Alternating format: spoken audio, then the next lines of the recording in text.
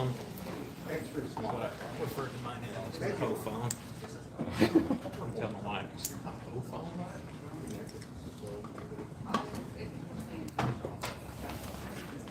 I have a question. Would you be willing to help me? Teach you. It'll be fun. Good, Well, thank you. anything's fun. Yeah. It shouldn't take more than about 2 hours. Just sitting down. It's really just gonna be. I'm gonna teach you. It's gonna be in one of the emotions. That's why I wanted to ask you. All right, I appreciate that. What is going on with my phone? You doing all right? I am, thank you. I wouldn't worry about it.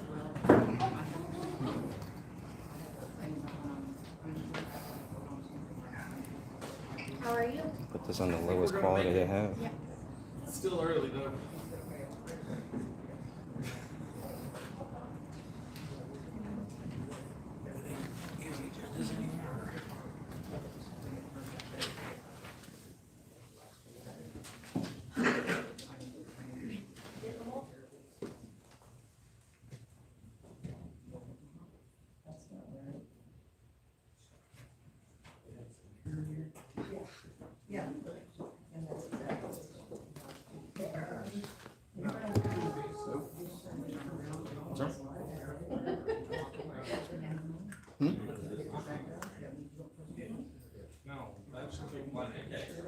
I already asked one of the board members, they said it was cool. I don't care, but I don't have any authority, but I don't care. Whatever doesn't matter to me. But I. It's just to see the audience. So if y'all don't want it there, then that's fine, but I don't care. It's up to y'all. It was just to capture the crowd, is that right, Stephen? So, I think I'm gonna have a lot of citizen comments. Would it be easier to have the microphone again? That was kind of easy, wasn't And if you could hear it more, but we'd have to make sure people behind kind of, that way it doesn't echo. I'm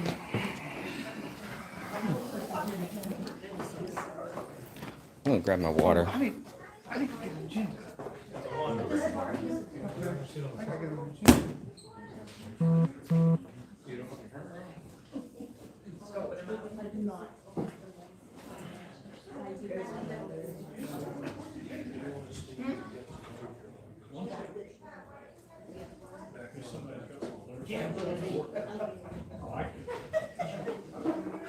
Well, they took my table. Oh, okay. Right here where it's hot.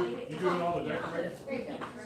I'm sorry? Are you doing all the decorating? I have my opinion on it, but no, Paul actually did that and take it down. I you do. know, it's about the first time.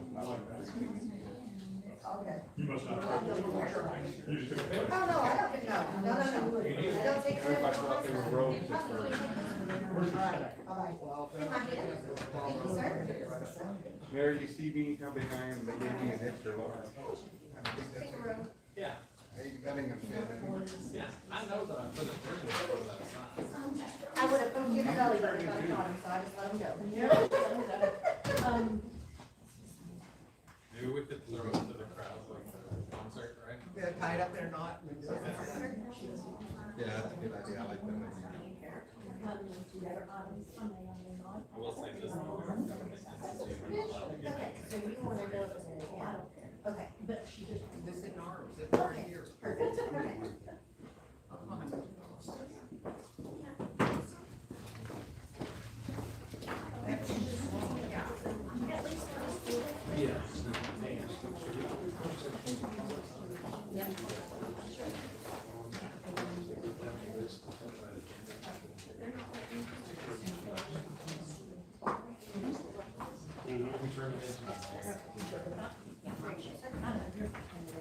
Oh, we already have an agenda.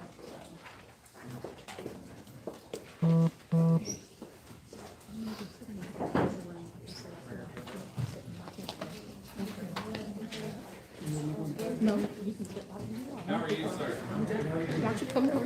Make it. Huh? Because I'm getting Not and bad. I don't want him to be quiet because we're recording.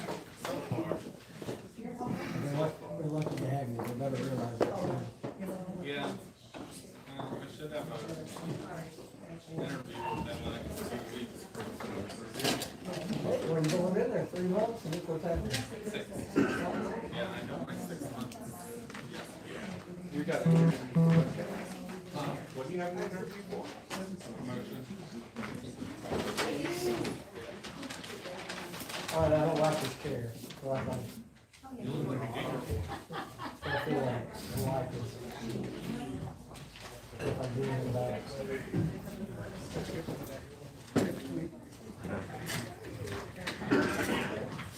Or where I put it. What's the old one? Just the one. Leaning back like you're in a recliner. Which I take, yeah. Hi. How are you, ma'am? Doing great, thank you. How long have you been? I'm sorry it took so long. Why did you that? You should be open, isn't it? I don't know. A speaking for? I think they're in the back, on that, in that black shelf right there. I'm here, thank you.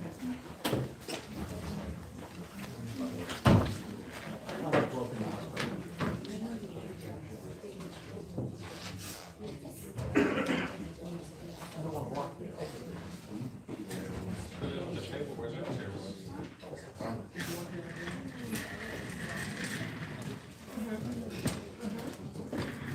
Seems like a fair spot for it. I'll get another one. Put this one that matches the other stack. I can't sit right there. I believe it is, if not, it's gonna be on Facebook.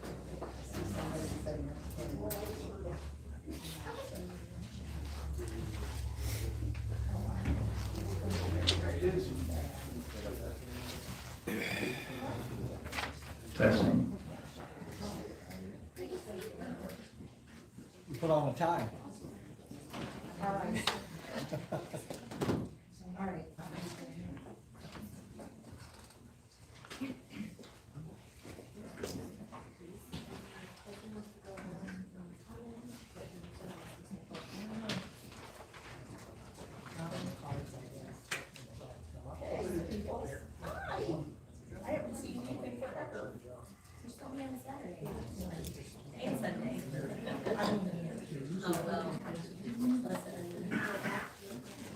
How was the chicken coop doing?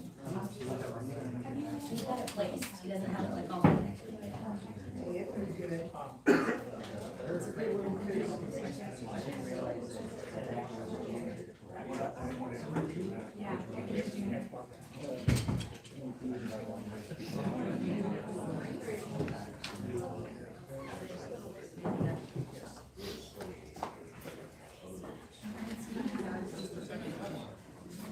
He's in the back somewhere. He's protecting cars.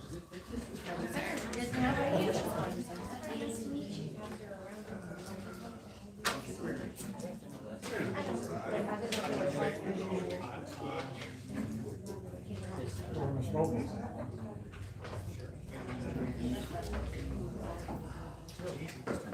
I'm sure it's easy.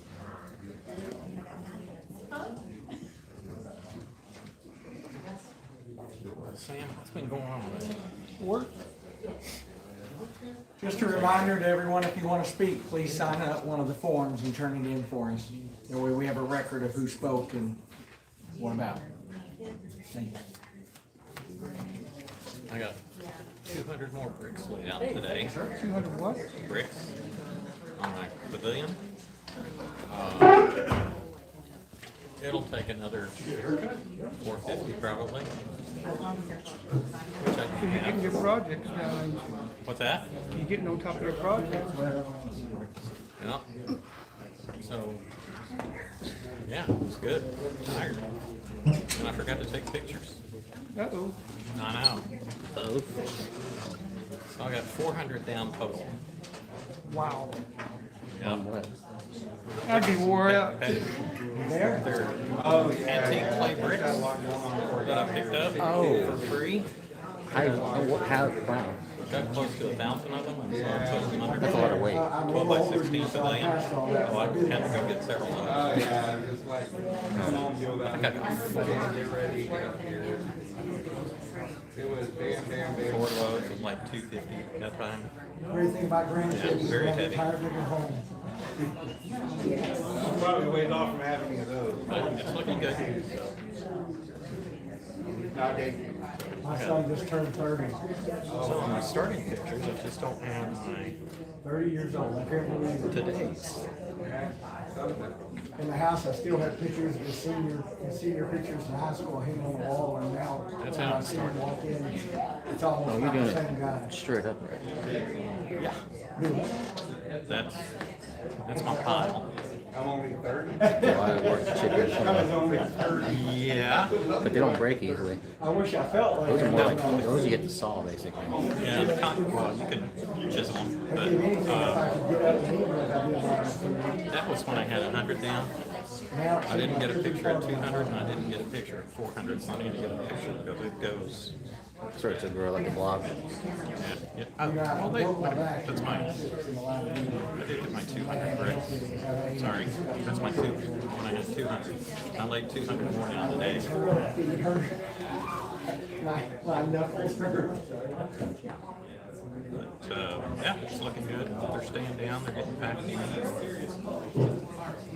If you step on it wrong, I mean,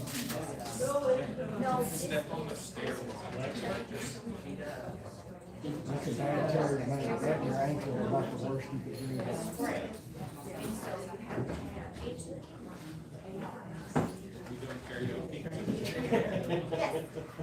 I won't make it.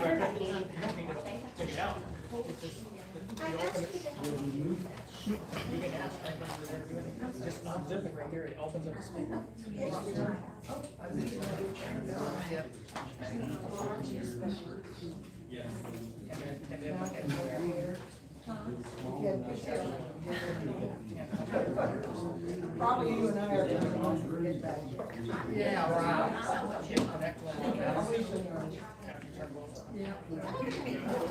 We got brand new batteries for all the microphones, so you shouldn't have any trouble anymore.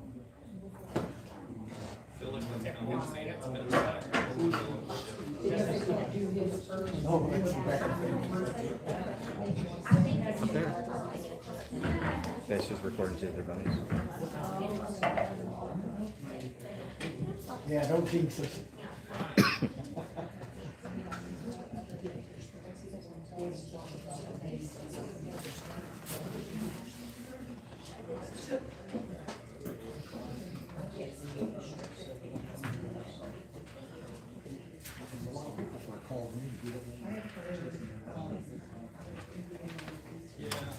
Sir? Do I have anybody else that needs to turn these in?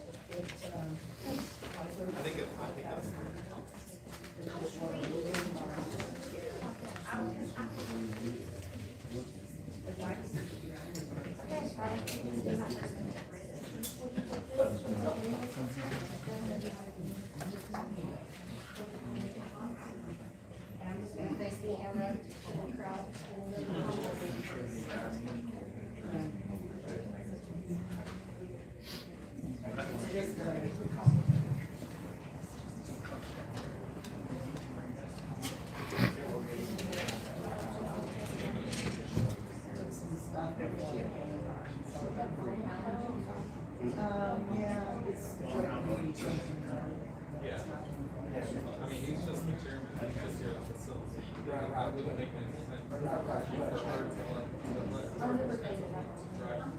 What's I'm gonna say is, what I think TMS said, because he's a topic of the agenda that is governed. I'm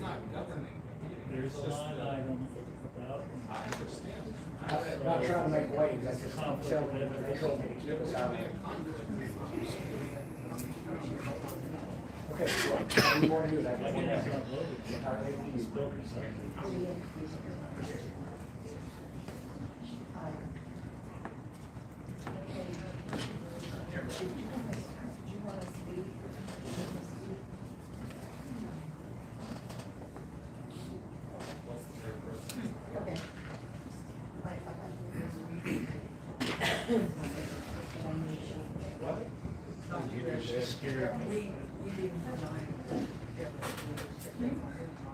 Oh, yeah, yeah.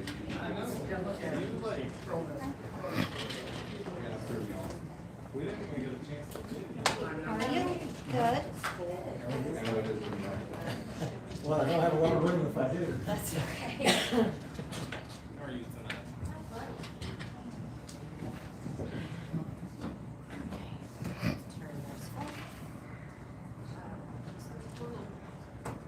Or at least our battery. Right.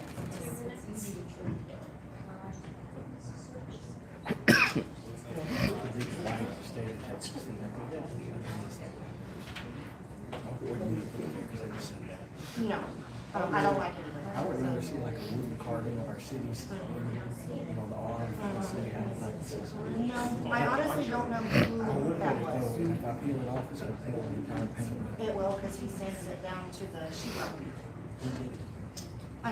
One of the previous employees actually did it, but I don't know who was in charge of it. I was just up there. We were just saying how it would look much better if we had the, you know, the Reno R behind you instead of that big white. If we had like a wooden carving of the R hanging on the wall, and how much nicer that would look. I'd get the inmates at TBC to make us one for next to nothing. Is that what, like usual, there's her contacts and stuff? I think it's Y'all basically the can't cost hear of the her. wood. Y'all can't find her. She's here, it's just that y'all need her and y'all can't hear her, there's that.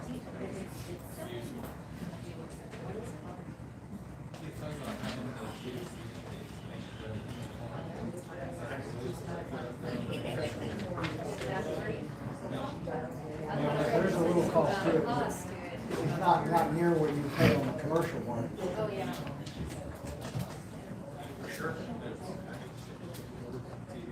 Also, high school, their welding shop, they'll do a lot of projects, they'll take that on for free for learning and that was. I wonder if they do wood carving. They do wood You carving. think they do wood carving? It would be awesome if we could have the Reno R up there, you know? They even, But if you take that off, it's gonna take the paint and everything with it, so we have to repaint. You wouldn't miss the pea green? did you? It looks like it's set in the wall, on that bottom. I wonder what's behind there. I don't like it. Okay, Rebecca, you ready?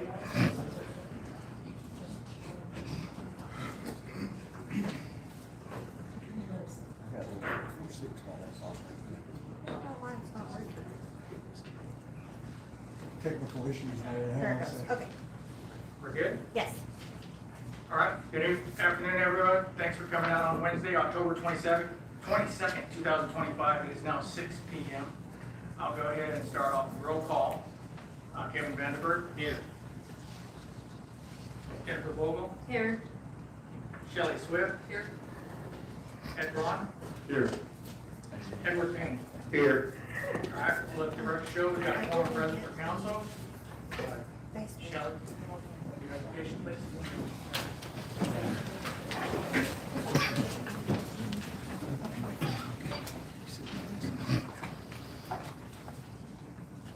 Our most precious Heavenly Father, please be with us tonight as we do business for our citizens, as we do business for our city. Lord, please put calmness in this room so we can get our business taken care of. And Lord, guide us in the direction we need to go. Lord, please forgive us when we fall short. And be with all of those that are sick or that have heavy hearts. In Jesus' name we pray this. Amen.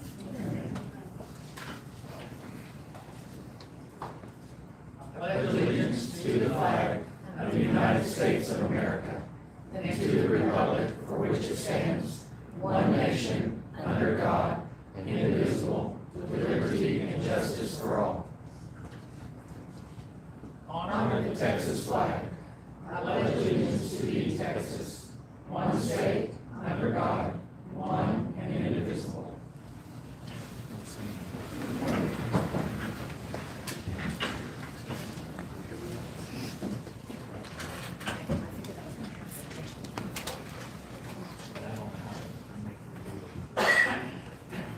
All right, we'll move on to mayor's comments.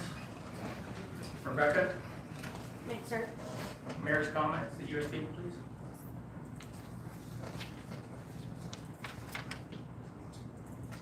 Sorry, I was distracted.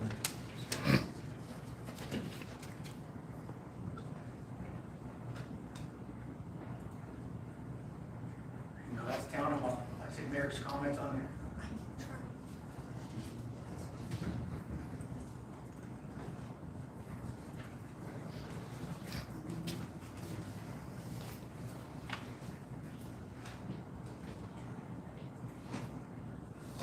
Thank you. Yes, sir. All right, so I'll let you know when it goes to the next page, all right? So today is our special meeting for Wednesday, 22nd, 2025, 6 o'clock.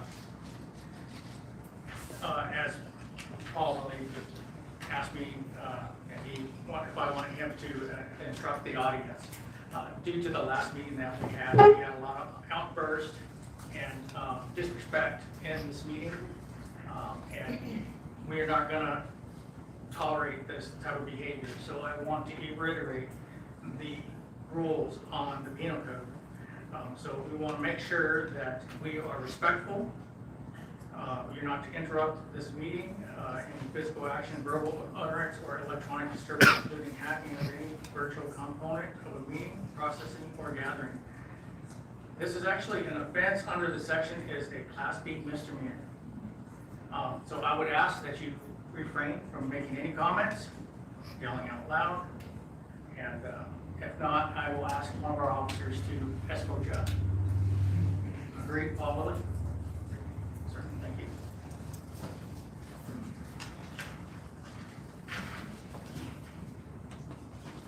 All right. Under special meetings, I wanted to make sure that the citizens and the council are aware that the mayor may call a special meeting on the mayor's own motion, or can call a special meeting on application of 3 aldermen, meaning 3 aldermen, 3 council members will give an application to the mayor and email. There's a reason why I'm putting that up there.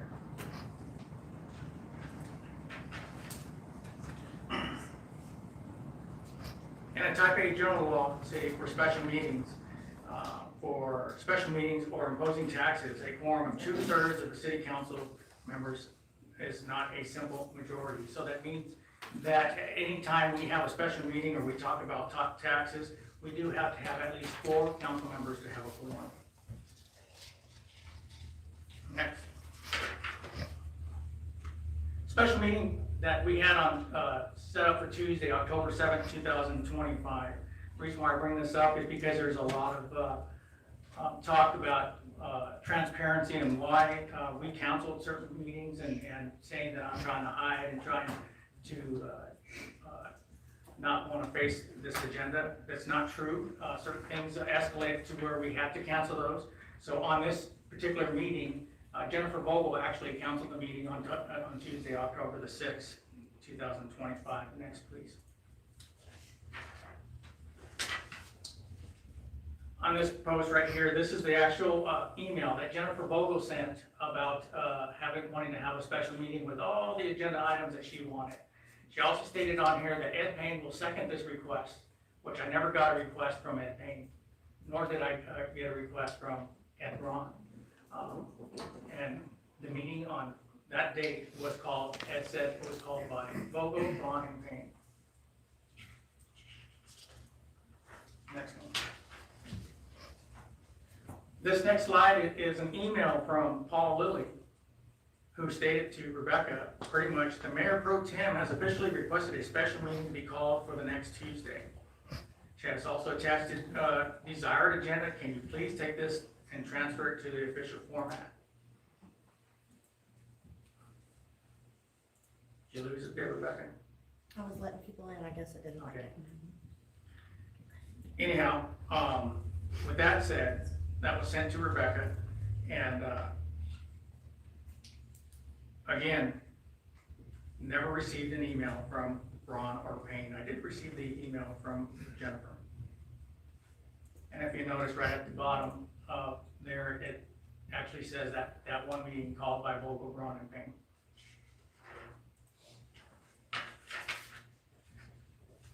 This next slide on Monday, October the 6th, 2025 at 2:36 p.m. This is when Jennifer Vogel sent us an email saying, at first, agenda change. Basically, clarifying postponement of agenda number 11 and 12 due to a citation error. Referencing government code number 22.077. About an hour later, next slide, at 3:47 p.m., I received another email from Jennifer Vogel canceling the meeting.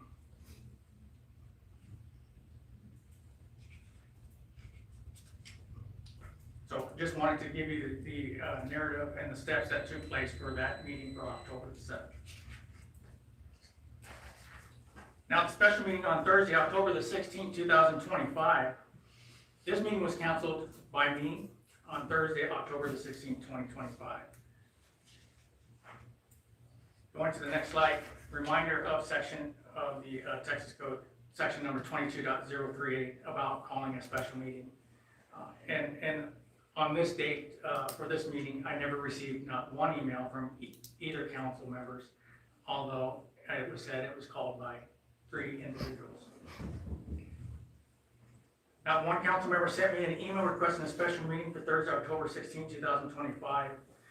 When the city attorney confirmed by sending each council member an email asking if they made an application for special meetings to the mayor, they did not get 3 council members to say yes, they did. Therefore, rather than having citizens come in on a meeting that would not be called, I chose to cancel before the start time. This met with hostility with one council member saying in the email, the meeting was called legally. I've sent proof to the attorneys. We are not canceling the meeting. Which in fact, it was not legal. All I stated in the email is, hey, I would rather have, if you guys wanna, I didn't put the email that I put out to all the council members. Basically what I said in that email I was telling all the council members, hey, I would rather cancel this meeting rather than have everybody come in here and sit down like you are today and say, I can't call the meeting because it's illegal. I would rather tell you guys it's canceled for you not to show up. I was not trying to defer the meeting. I was just trying to do what was correct according to what the attorney said that it would not be legal. Moving on to mayor's duties and responsibilities. This is under your local government code, title number 2, chapter 22.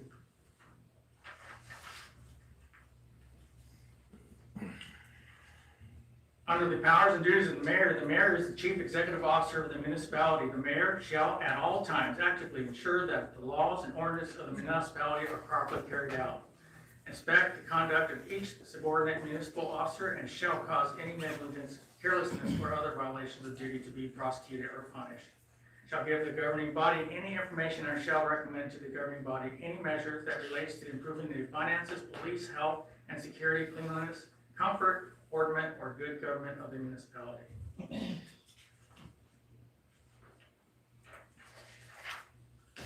This next slide here is basically just to iterate what a mayor pro tem responsibility is, and I'll read it in part. In Texas general law states, the mayor pro tem and alderman elected by the city council whose primary duty is to act in the mayor's place only during the mayor's absence or inability to perform their duties.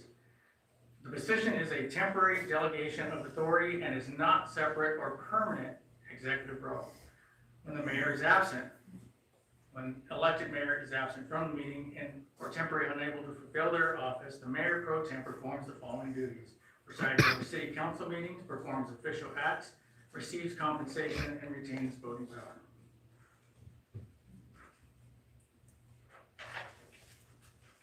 Today I received this memo from the city attorney, and I'll read it out. The special city council meeting scheduled for October 22nd, 2025 was requested and called properly pursuant to local government code 22.038B, and council members that sent those emails, thank you, sir and ma'am. This is a special called meeting, which requires different form than for a regular meeting pursuant to local government code number 22.39. Quorum required to convene tonight's meeting is 2/3 of the 5 aldermen. 2/3 of the 5 aldermen is 3.3, which is rounded up to 4. The quorum required to convene tonight's meeting is 4 of the 5 aldermen council members. Agenda item number 16, the Texas Local Government Code does not authorize the council to take a vote of no confidence regarding the mayor. The no confidence provision under section number 22.077 refers to the municipal officer appointed by the governing body. It does not refer to the mayor or the council members. Any action taken under this agenda item may be found void or voidable. Agenda item number 18, the mayor is the chief executive officer of the city. Any ordinance to modify the mayor's duties cannot supersede state law. See local government code number 22.037, mayor as presiding officer, and 22.038, meeting, and the 22.042, powers and duties of the mayor. And that's it of that there. So I am done with my comments. Just wanted to state those facts. Now I will move on to the council comments. Kevin Vandenberg. Yeah, I would like to recognize Nathan Davis, one of our water employees. Alright, sorry. I would like to recognize Nathan Davis, who 2 weekends ago was able to be the on-call person for the water department. With very little training or experience and no certifications, he was able to make a repair on our public water system.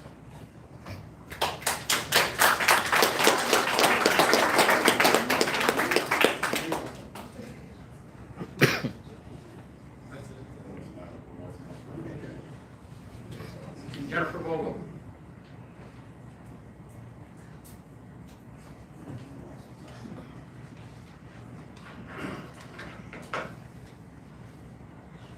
I'm going to comment that the reasons of cancellation are a bit different from the ones that I have. Give me just a second here, I'll read off.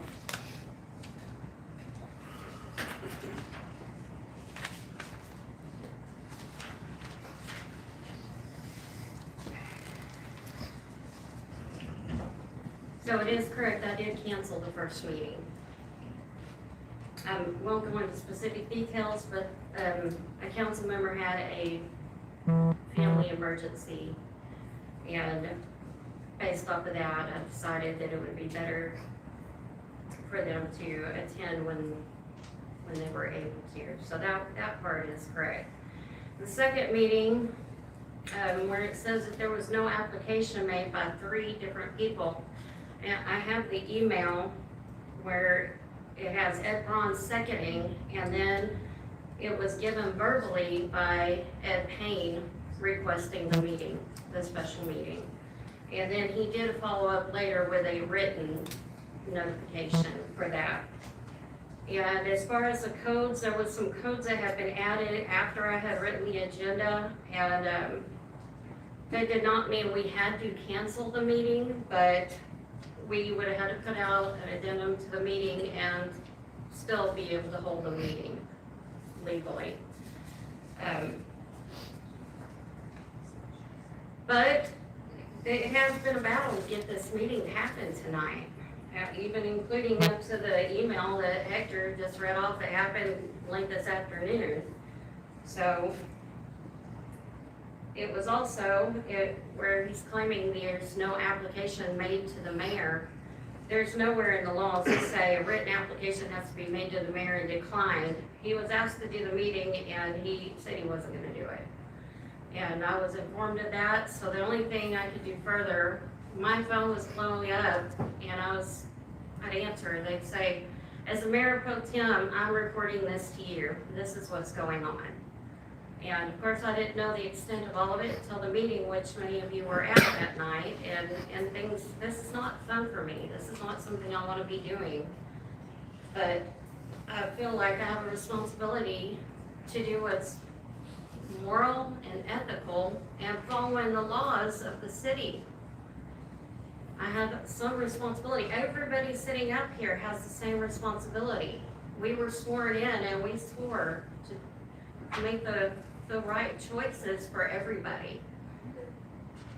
At some point, you can't just overlook things. You have to stand up and do what's right, even if it's at great personal risk.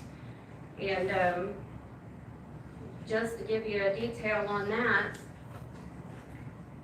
shortly after that last meeting, whenever the first meeting was called, I had a very close family member of the mayor's threaten me, blackmailing me. And I immediately had nothing to hide. I immediately went to the police department the next day and made a police report. And at that time, I was informed that there had been somebody else who had been in recently making another police report because they were fearful. I was advised that I need to not go anywhere by myself after having, I turned my whole phone over to the police department and let them look at everything. But I was told if I was to continue on the path that I was on, that I was being blackmailed with information, false information that they would put all over the internet and say, you know, this is who it is. And those threats really haven't stopped. But I did hire my attorney to, I also had her look at the phone and everything, and she also was deeply concerned. Anybody wants a copy, you can have it. But it's a cease and desist, and you know, corruption is illegal, and it lists all the state laws and everything. A person, it shouldn't have to be this way. If you serve on the city council, you shouldn't have to feel unsafe. And I made the decision that I still have to do what my legal duty as a council member says. And that's why I'm here. So I've got more to say further on, but for right now, we'll go with that. Okay. For the moment. Shelley Swift?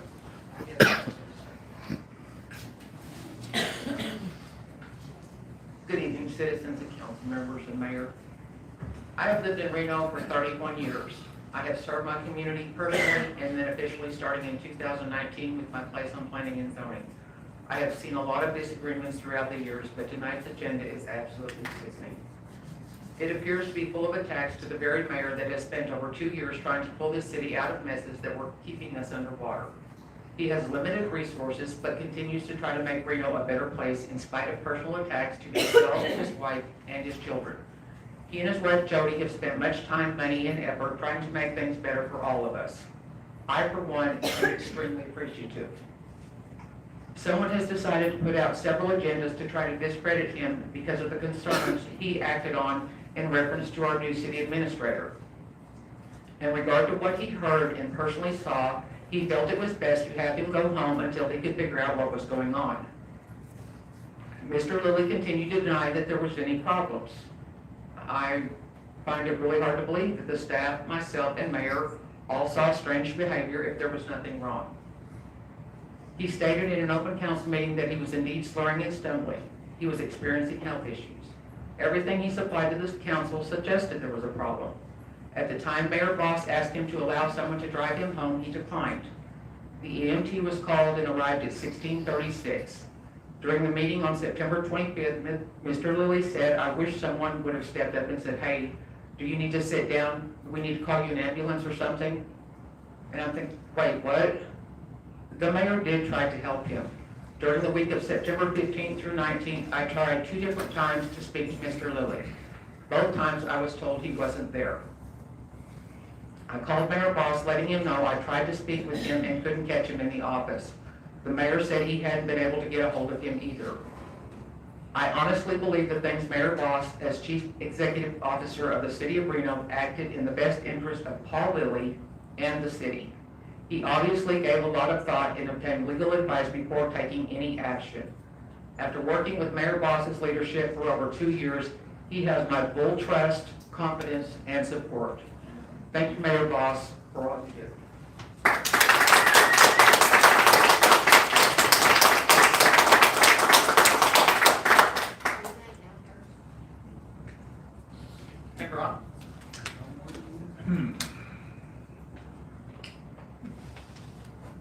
Things are probably gonna be set up here in a while.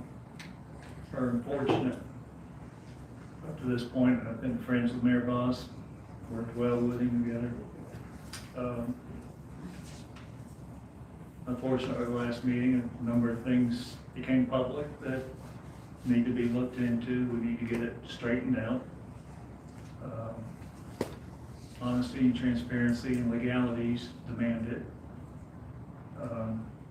When we get through it all, I hope things can boil down to simple mistakes or non-purpose of any kind of illegalities. I don't know if there are illegalities. This first word came to my mind. I want things to finally get sorted out where we can start working together as a team again and stride forward for Reno. And I guess that's all I have. Thank you, sir. Thank you. Okay. All right, well, first I want to address the Nathan situation, and again, thank him. He's been a good part of the city, and address a little bit that has been asked of me. Well, he's not licensed, he was okay to do that repair, because that will happen this week. He was safe to do that repair, he was fine to do that repair. I did double check on that. So again, thank you, Nathan, for doing that. More so over, I hate that our city has come to this.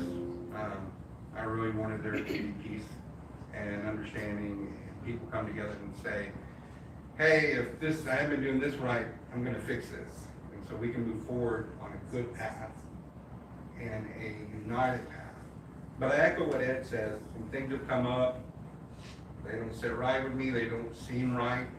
I want them cleared up, I want to know the truth of them.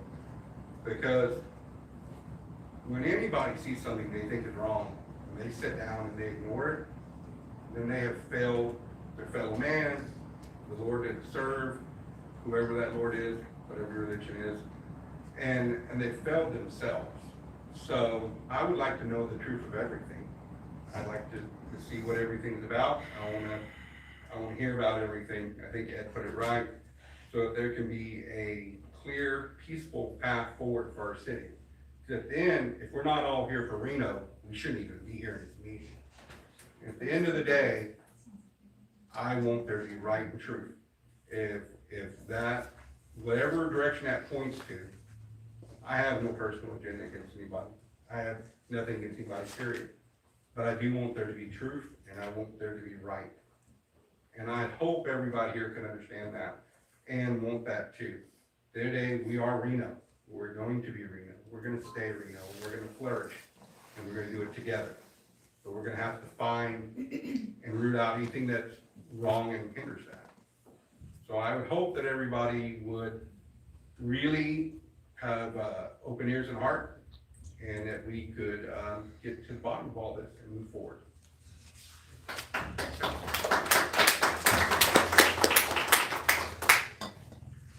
All right, that'll be the end of the council comments. We're going to move on to citizen comments. I'm going to have you, I guess, Rebecca, what are you going to do with the microphone? I've got somebody that's gonna help with the microphone. When you call their name, they'll raise their hand, please. All right, I'm going to start off by the name, and then we'll bring you out the microphone. The first person is Sam White. Mayor, can I jump in for a minute? Yes, sir. Ladies and gentlemen, I have to put on my hat as police chief. I'm also the city manager, but I'm also the police chief. So tonight, please keep your comments, try not to attack anyone personally. And we simply, as the mayor said at the beginning of the meeting, we cannot have outbursts. It makes the meeting run long and it becomes unruly. And I'm asking you personally, please, from me to you, let's keep it civil. I know there's a lot of passion. I completely understand that. And we certainly don't want to infringe on anyone's First Amendment right. So if you've signed up to speak, you'll get to speak. But when the council members are speaking, please be respectful. And that's, as police chief of Reno, that's what I have to ask of you. And I would appreciate it greatly. Thank you. Does applause count as Applause is fine. Yes, ma'am. All right, City Council. In May of 2023, I had hopes that as the new mayor and council, you would continue some of the improvement projects we began during my time in the office. On the night you were sworn in, I provided a multi-page state of the city document along with my contact information. I extended an open invitation for discussion and assistance with the ongoing water projects. Yet that document was unread for over 4 months.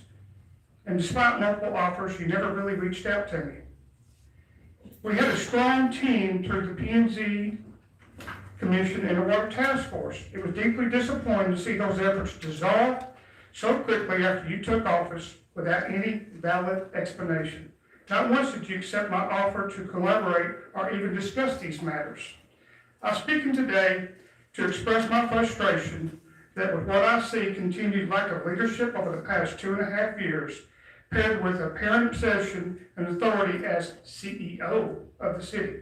The mayor's role is to lead, not to weaponize the police department to carry out personal or political agendas. You've had more than 2 years to effect positive change, yet what I see instead is a growing loss of confidence among citizens and city staff alike. This was never meant to become us versus them. However, when staff and council members tell me that they have been warned or even threatened with their jobs not to speak with me or my wife, that comes across as a serious line. We have only wanted to help improve our city. We have asked for nothing in return and gained nothing personally. When personal dislikes outweighs the needs of the community, leadership has failed. I urge the council to take note with the loss of confidence of leadership of the mayor and must be addressed if we are to restore trust and ensure the success of our city. Thank you.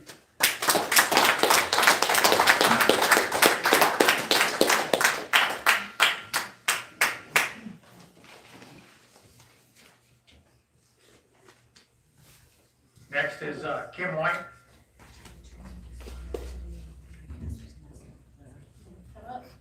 Yes, ma'am, Sure. please.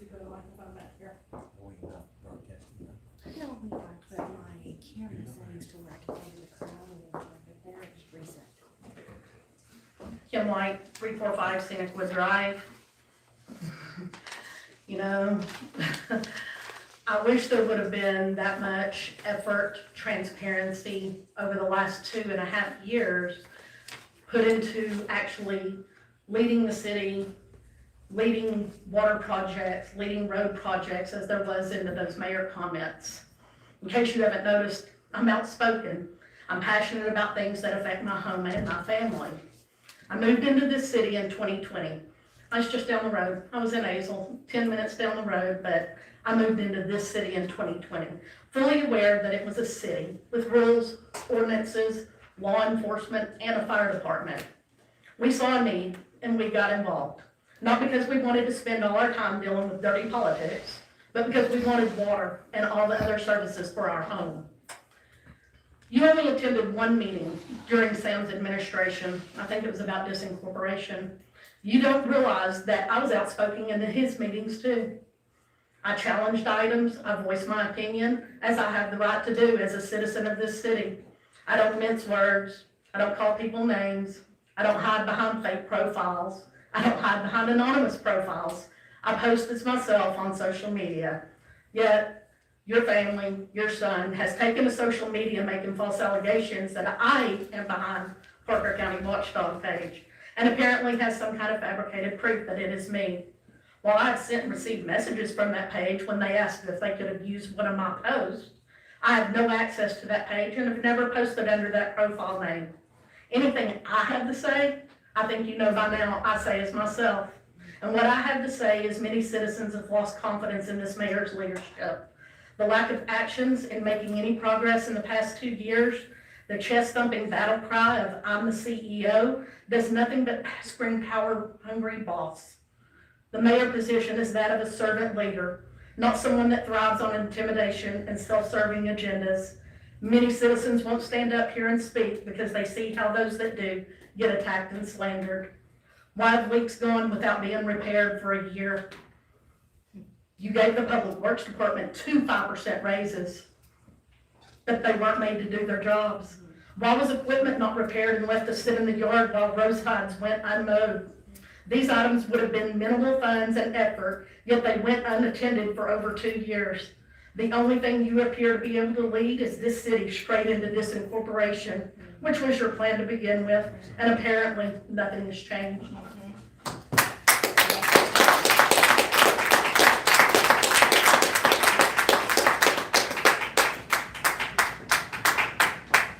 Next on the list is Stuart White.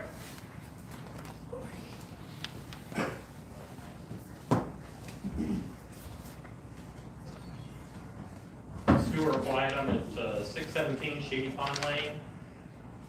And, man, today started out so great. It was a beautiful morning. I was out having coffee, check Facebook, and some of the comments about the meeting tonight, I kind of got a chuckle. And I got that same chuckle this afternoon after viewing your deck, Mayor. It's kind of comical. My thought is taken from one of my favorite movies anyway. I'm going to paraphrase it greatly, but if there's one thing I love more than legal quackery, it's the smell of sanctimonious pandering in the morning. It smells of defeat. And it does, it smells of defeat. Mayor, I was at this last meeting that you attacked the administrator, Paul Lilly. Unwarranted, uncalled for. You dragged out PII, you dragged out HIPAA information that should never have been brought out in the first place. Shelley, you knew that he was having a medical crisis and you did not seek out medical attention or assistance for him. No, what you did was you ran and notified Hector that, hey, here's an out. It all came out. After you attacked 3 police officers, well, we had 3 police officers speaking. You asked one to perform an illegal action and threatened to remove him from office if he didn't follow through. And once he didn't follow through, you told another officer to go remove him from office, and if he didn't, he would be gone too. It stinks to high hell what you're doing here. It's you may call yourself a CEO, but stick with mayor because you're not a Don. You're not a you're not a big boss. You're not a jefe. No, you're not any kind of a mafia boss. So cool your jets and get back to being legal.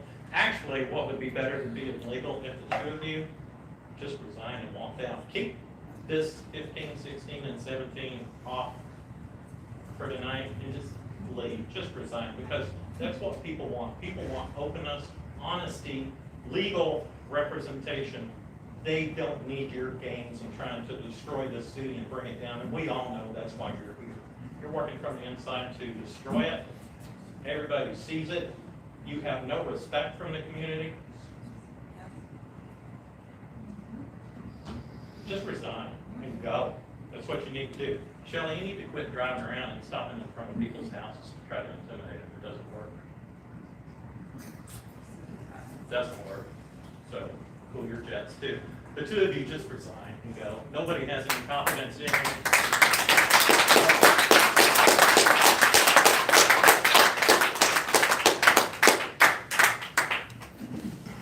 Next up is David Sloan. Morning, David Sloan, 140 You know, I've spent more time in the last 6 months in city council meetings right here than I've spent in my entire 66 years of living. That's how apolitical I am. I don't usually get my shoes on and come down until I see there's a problem. And it just seems like every time I look up, there's a problem here. Nothing seems to get done. You know, where are these audits we've been waiting on? You know, why did it take so long to get a city manager hired? What? We've got a working fire department. Who's going around and people getting to circulate petitions and all that? Every time I look up, the mayor's fingerprints are all over. I mean, every time I look up, somebody is carving away at one of the pillars that we need that supports and holds this community together. And then I learned that the mayor was actually part of the disincorporation bunch and all that when he ran. He wasn't even a legal resident when he did run, and now he's here. And every time I look up, he's doing something to countermine the benefit of this city. And that city attorney, that joke you got as a city attorney, she ran up there and threw herself on the hand grenade this last hearing and softball questions and steered him out. The man was about to slit his throat, and she got up there and ruined it. Well, she's not representing us. She's representing Hector. And we need to get rid of her too. But look, Hector, I got nothing personal against you. If you want the city to go away, that's fine, but you get over there and you get with Eric, and you and him start getting out and beating on doors. Don't come in here and act like you're our friend. Don't get in here and act like we're somebody you should trust, or you're somebody we should trust, because we don't. You can't be so stupid as to be doing the things that are strategically horrible for this city and not know what you're doing. You just can't. Now, the city, and then you gaslight us. How dare you? Both of you sit up here and try to tell us what we didn't see last week or 2 weeks ago. I know a hit job when I see one, and everybody else in here does too. A hit job. You didn't have the ordinance that didn't give you the authority. You're supposed to consult with the council. You were determined to suspend that man, get him out of here, so you could get these employees in and browbeat them. I want to see all these unsigned statements you collected that week. Don't tell us we're not seeing what. No, don't gaslight us. I wasn't even mad until y'all started doing that in here tonight. Look, city council, those of you that are honest and looking out for the good of the city, you have every right to. You don't leave your rights at the door to express your opinion because you're on the city council. If you want to express a lack of confidence in the mayor, you have every right to do that. And you don't need a statute to say you do. That's why you're here. You're our representative. So if that's what you want to do, then by all means do it. Now, I don't think it'll have any legal effect, but I will say this.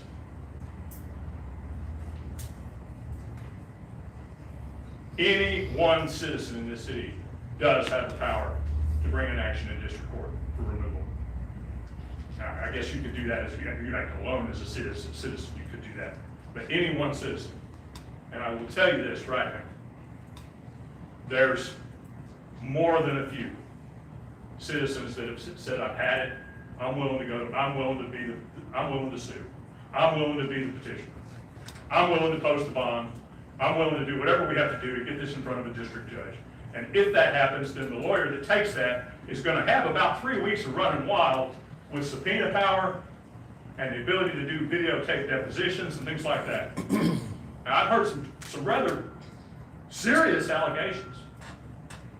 I've heard a lot of small politic buffoonery, but I've heard some stuff that, if there's any truth to it, which I don't know, but if there is, that's serious, and then we don't need these kinds of scandals. We don't need these kinds of problems. And the wolf's at the door. If there has been any kind of malfeasance or tampering with witnesses or tampering with records or any of the things that I'm hearing is going on, and you're liable to hear anything. And by the way, whoever's attacking these people, stop it. That's onion. They're on the council. Their wives, their kids, they're not. Stop it. That's not right.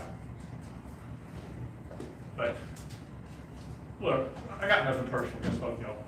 In fact, Shell, I actually kind of like you. You're kind of spicy. I like that. You know?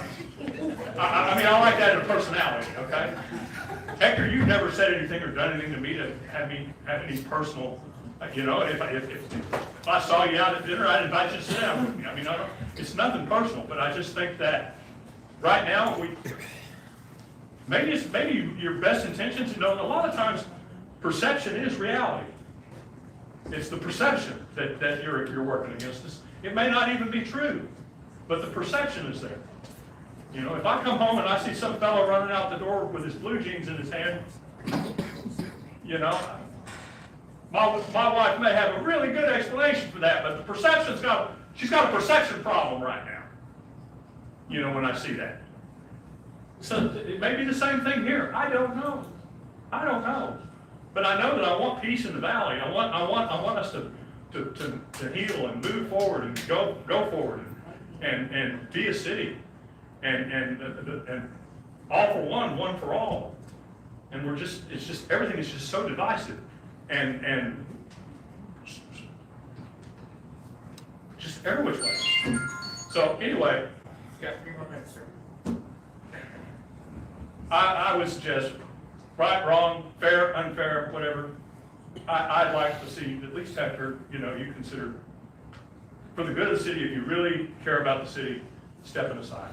And let's just call it a day.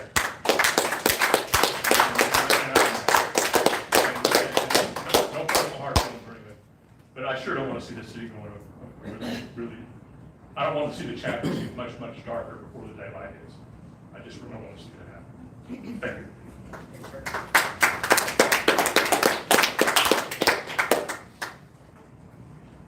Next up is Christy Markovich.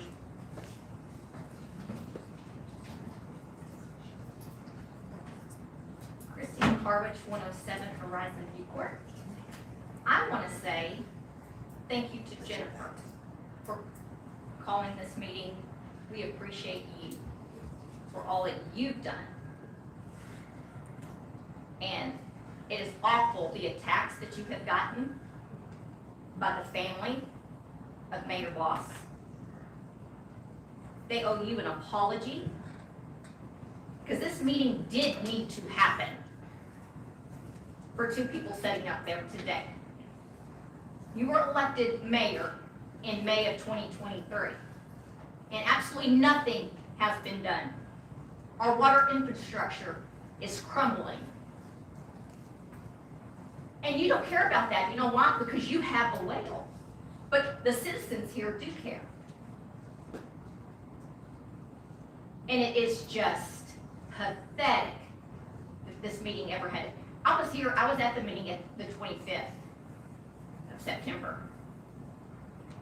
And I don't get involved in all of this, but when I came to that meeting and saw what transpired after the police officers came up, and you were caught in so many lies, I can't believe that you would even show your face. I wouldn't.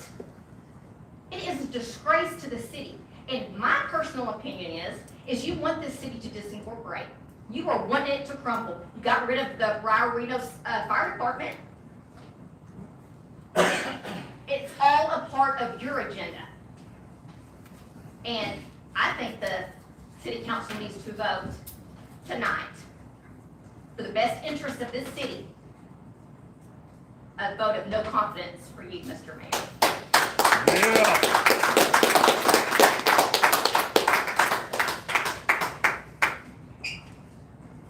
Up next is Monty Markovich. Look on the, for agenda. Yes, it's 15A, but didn't say you wanted to speak during that time. Yeah, it does. Did you check agenda item? Here, 15A, that's what it says, but it said not during that time. I want to speak about that. Usually- Should I change that? When it comes to 15A. Please, thank you.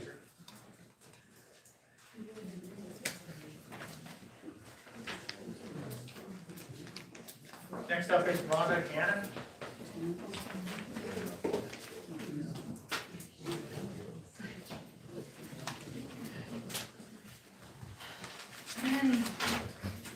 Good evening, Mayor and members of the City Council. My name's Rhonda Gannon. I reside at 1500 Arville Circle here in Reno. I'm here this evening to express my serious concerns regarding the priority performance and operational failures under the City Administrator and Director of Public Safety, Dr. Paul Lilly. I understand that Paul Lilly is currently approaching his probationary evaluation, where this council will decide on his future employment. I want it to be perfectly clear. I urge you all to seriously consider not retaining Dr. Lilly with the city, as his performance and his actions are not good for Reno. We are a community that demands a permanent solution to our persistent water crisis.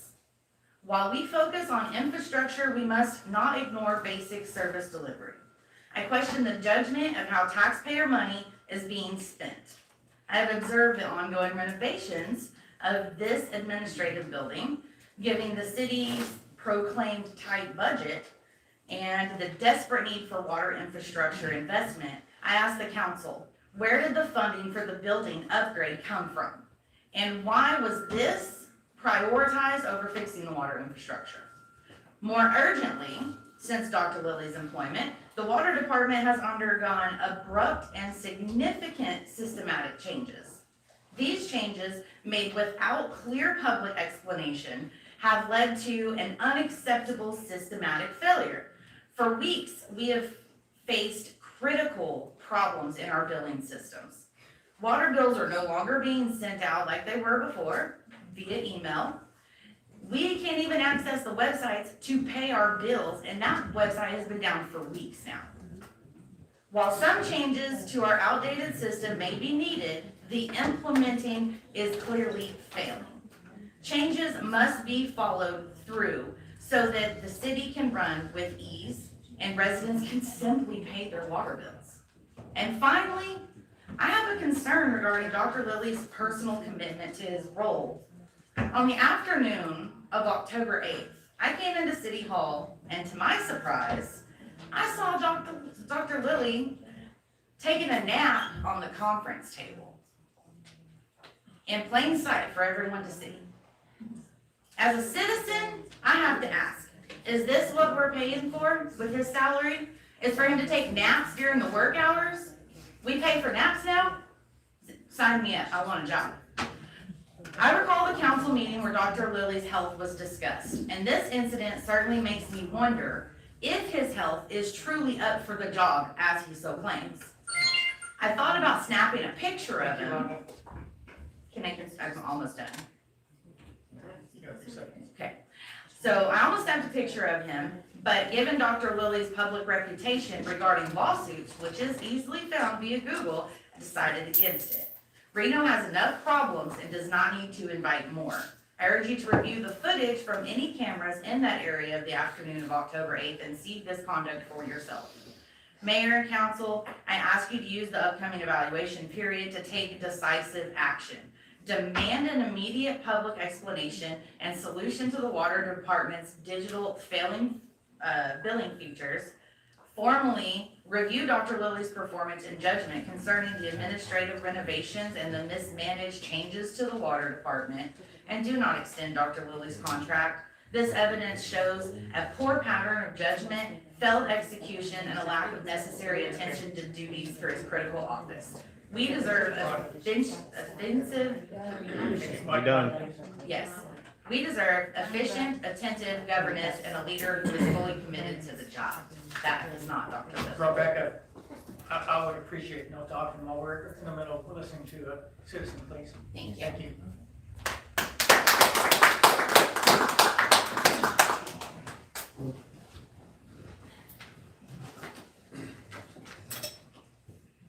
Next up, Hector Boss III.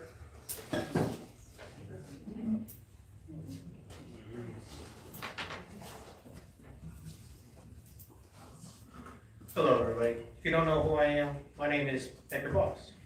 I'm also the third, so if you happen to run my background check, make sure you include that there as well.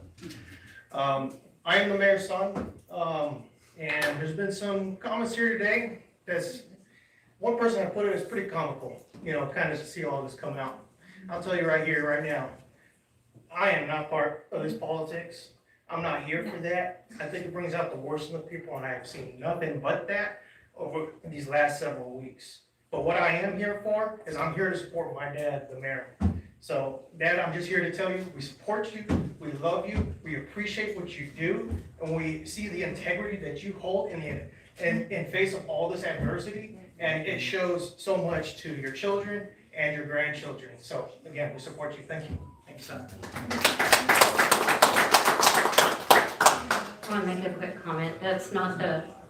He's not the one that was threatening me. No, we're not allowed to go over a few minutes either, that was a long period, I would say. Make sure they didn't realize he's not the one that's threatening. Point of order. Hey, who are you? You're not the mayor, are you? You're not the mayor, are you? Yeah. I'm not the mayor, sir. Point of order. Sorry, sir. Next up is Darren Talley, please.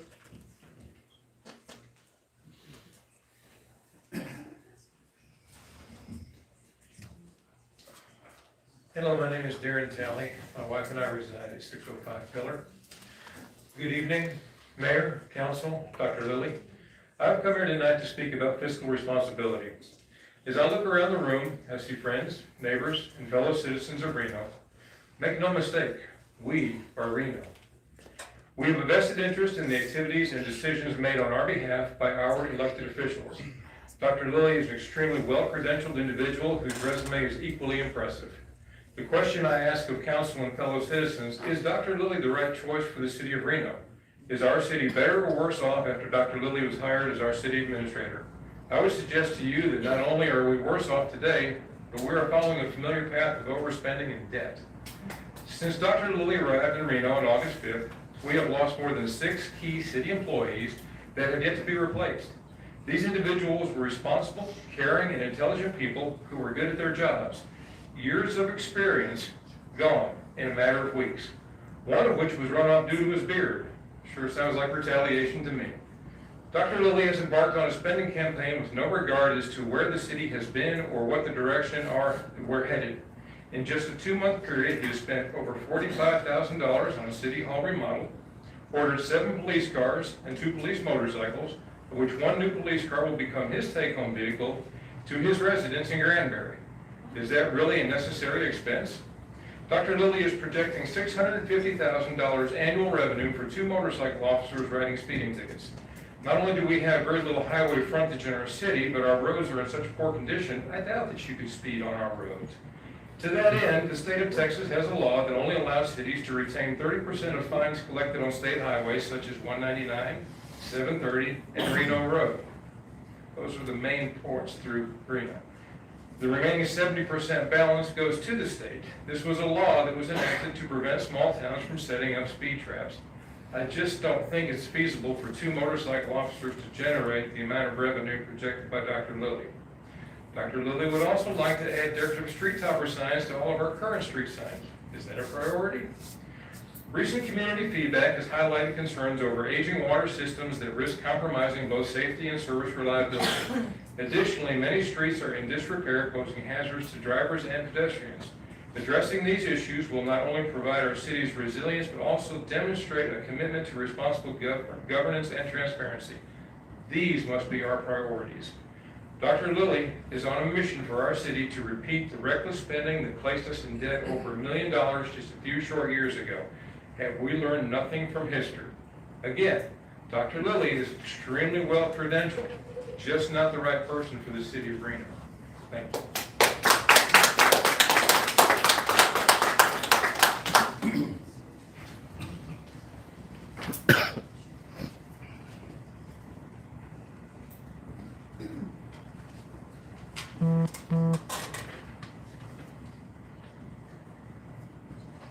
Next up is Joey Boss.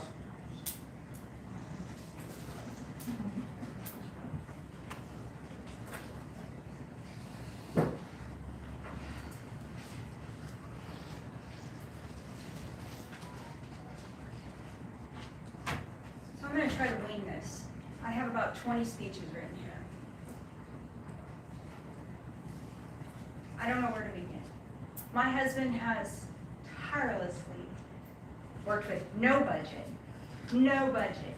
Who makes decisions? The council. He tells you every time, I don't have a vote. No city administrator. Paul told me personally, I'm here to help your husband. It has been quite the contrary. In fact, he was locked out at one point. There's rumors that he's going to be kicked out. There's all these rumors. Jennifer Vogel, I say to you this. You're friends with my son. You've ordered from my son's business multiple times. But yet you said some very hateful things to him. Yes, I don't condone his text to you. I don't condone him sending a picture of you anywhere. But there was text, and this was not recent. It was old from when you and Hector ran together. Okay? But you are taking it to this other extreme. I say to you, you are just as guilty as he. You sent a picture to, or a text to my husband. And I'm going to say it was coercion and breaking laws. And, you know, we can sit here and play this blame game all day long. We can sit here and fight against each other. But you know what? I am proud of what my husband has done over the last 2.5 years. He has always communicated with every single council member until they refuse to return his calls, which recently Jennifer will not return his calls. There was a time that yes, when they ran, everybody was up in roars because they were on the disincorporation side. Immediately after, my husband was challenged, by Eric Hunter of why aren't you putting this petition back out? He told them they would have to get signatures again. He followed advice of the attorney. The petition is no longer valid. But yet, that still looms over his head. Absolutely, we signed it the first time. We were new to Reno. We were still learning everything. We thought it was majorly corrupt. He gets in here and he finds out, no, they're doing the best they can with the resources they have. He hasn't had any resources. He's completed 2 audits. He's still working on audits. There's multiple accounting systems. But yet, he's the fall guy for everything. That is what the top dog, I guess that's what the CEO gets blamed for. But really, he has no control. There is no control except for to run these meetings and keep order. And he's done his best. And I'm proud of him. And I guess that's it, because I didn't read anything I have here. Thank you.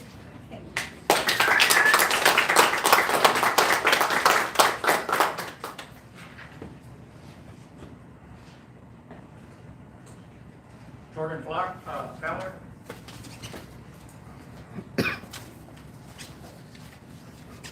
Can I distribute a handout or no? Yeah, go ahead. You're gonna be up there for a long time, we got 7 items.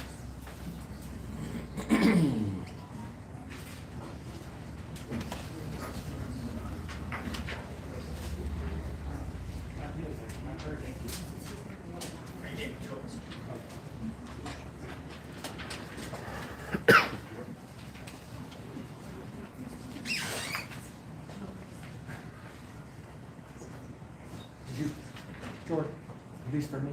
Yes. Mr. Coffey's kd5bwp file. Good evening, Mayor Bass and the council members. My name is Jordan Fowler and I live at 808 Scenic Woods in Reno, Texas. I'm here tonight, right now, to address items 15, 16, and 17 at this time, and also at their appropriate times, items 10, 13, and 14 at their point of discussion. Let's start with items 15, 16, and 17, which are on the agenda tonight. These items exceed the legal authority granted to the council under Texas law. I have distributed a detailed legal analysis to each of you, and I urge you to read it carefully before voting on these items tonight. Here's the fundamental legal issue. Reno is a Type A general municipality. Under Texas law, general law cities operate under what's called Dillon's rule. You possess only those powers granted to you by the state and state statute. The Texas Supreme Court has consistently held that there was any doubt about whether the power exists, that doubt is resolved against the municipality. The power does not exist unless the state legislature grants it to you. I have reviewed the Texas Legal Conduct Code chapters 6 and 22, which govern Type A cities, and there is no provision, none, that authorizes this council to, 1, conduct formal votes on whether you approve or disapprove of the mayor's conduct. 2, adopt votes of no confidence against an elected official. 3, take official government action to refer the mayor to law enforcement. These powers simply do not exist in Texas law for the council to parade. Addressing common justifications. Some may argue that section 22.042 gives you this authority because it says the mayor shall perform duties as prescribed by the governing body. This section allows you to assign additional duties to the mayor, not to evaluate or discipline him. There's a critical difference between defining someone's job responsibilities and conducting performance reviews or disciplinary roles. 2, some may cite section 22.077, which allows councils to vote no confidence in municipal officers. But that section applies only to appointed officers, like the city attorney, city secretary, or city manager. The mayor is an elected official under section 22.042, not an appointed officer. Section 22.077 does not apply to him. Some may argue these are just symbolic votes with no binding effect.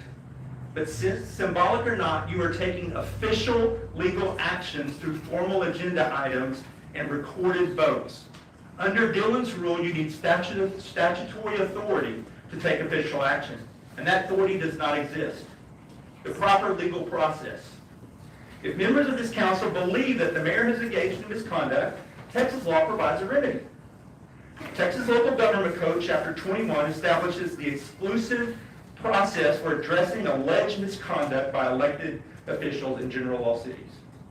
Any qualified citizen, including any of you as private citizens, can file a sworn petition in district court alleging incompetency, official misconduct, or whatever. The district court then conducts proceedings with due process and protections. Evidence is presented, and a judge makes a determination. The legislator deliberately gave this authority to the courts, not to city councils. What you are attempting to do tonight is to create an extrajudicial political removal mechanism that Texas law does not authorize. Here's the consequences of proceeding with 15, 16, and 17 tonight. You will be taking ultra-vires actions without legal authority. Here's what that can mean. Those actions may be challenged in district court.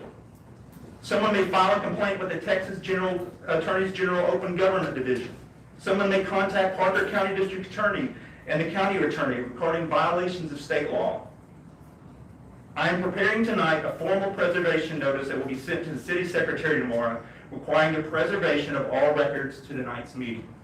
Any destruction of records after receiving that notice could result in serious legal consequences.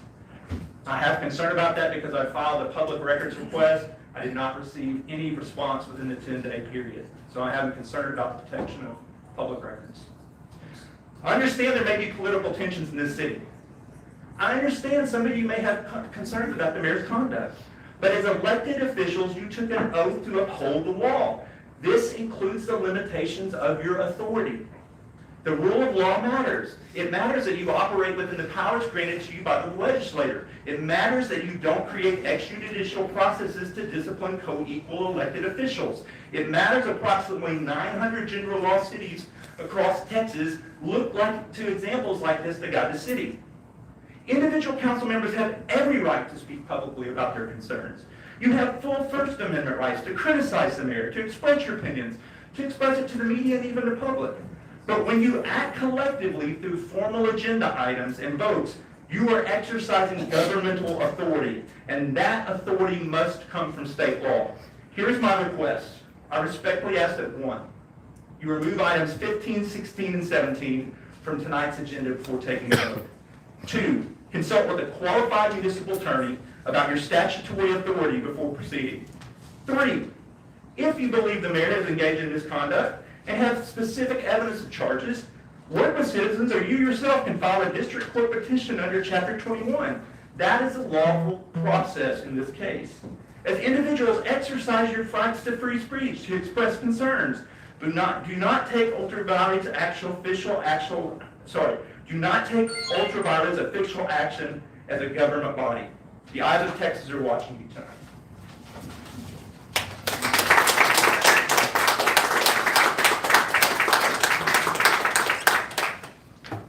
So you want to speak on 10, 13, 14, and 18 when they come up? Yeah, I'll reserve that time if I can. Next up is Eric Hunter.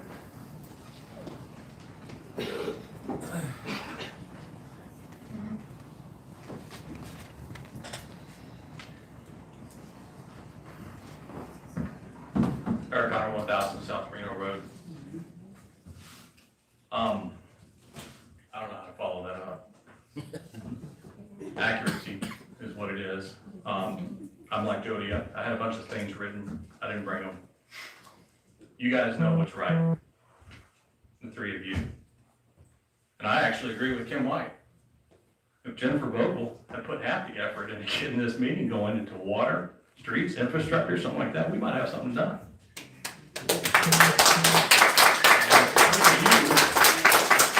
We've learned to work together with people that have opposing opinions, like I have, and no, Hector, I went to Hector's house before we redid the second petition. And I asked him, I said, The right thing to do is to honor the petition that was falsely denied. Lies were told about people who signed, affidavits by those people were signed, and they were still ignored. People in the district were ignored because they were in a different precinct. They were in precinct 110 on the other side of FM 1542. Hector flat out told me, no, you're going to have to do a new petition. I can't honor that one. And quite frankly, I'm not for this incorporation. I think we can make this city work. So we were at odds on that. So yeah, I challenged him. Are we enemies? No, we're not. Can we talk? Yeah, we talk civilly. He doesn't ambush me at restaurants, but that's one thing. And I lost my train of thought because I didn't write my thoughts down. But anyway, that's kind of what it is. And no, he wasn't working with me on this incorporation. He didn't help me with the petition. He didn't sign the second one. And he told me face to face, I'm not for it, which I respect him for that. But you guys need to get your focus. All I've heard since the disincorporation election, after the promises of water and roads and this and that, and by the way, the Reno Fire Department lost their Tarrant County contract. That's why they could no longer service us. They couldn't afford to. And if you look in the, I think it's June or July meetings for Tarrant County ESD 1 is when they ceased that contract. But they hired those guys that work over there. They're getting better pay and better benefits from ESD 1 than they were from Reno. That's the reason they can't service us. It's unfortunate.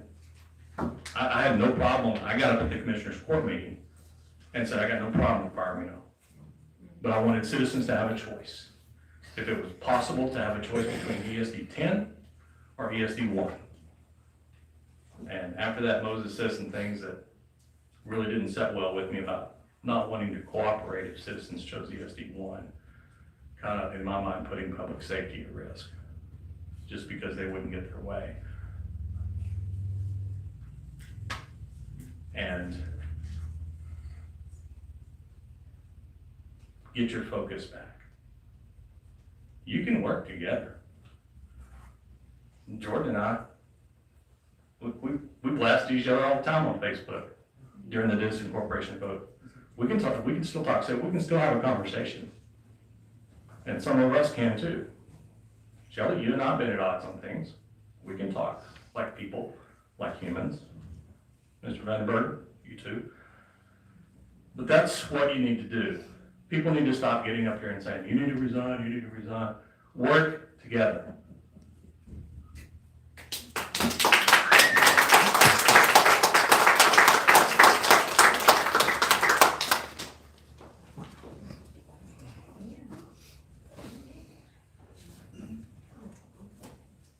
Read this correctly. Jesse LaForge, you want to speak during the item numbers?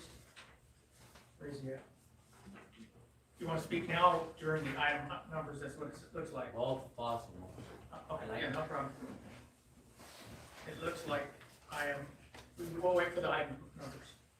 Well, no, I don't want to. Both if possible. I'm sorry? Both? I don't know if I want to speak during the one item number, because I don't know Okay, what see you're that. gonna. Give you 3 minutes. Jesse LaForest, 276 Scenic Drive. Mayor, council, Dr. Lilly, fellow citizens of Reno. My wife and I have been here 4.5 years now. During that time, we have met 4 different mayors. We have seen and experienced division in this town firsthand. Talking to council members and the mayors, I have come to the conclusion that the division in the city does not seem to point to any one specific personality. Each mayor I talked with at some point in their tenure has been accused of wrongdoing. Linda Stokes, accused of stealing from the city. Eric Hunter, accused of mishandling of funds. Sam White, accused of taking away citizens' rights to petition change. And now Hector Boss, accused of overreach of mayor's duties, among many other things. The difference between now and before are the current actions being discussed by this council. The agenda items seem to suggest council wishes to punish the mayor and castrate the position. Why? Because he tried to limit the city's liabilities? This is not about Paul Lilly or Mayor Boss. This is about a city that is so divided that some that live in it are willing to live by the motto, the end justifies the means. Whatever it takes to force change, whether it's legal or not. Our new city administrator is not all at fault.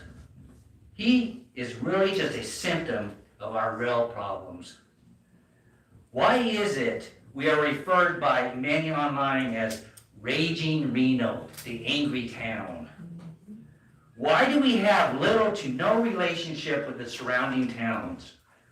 I recently found a 2024 Azle financial report online.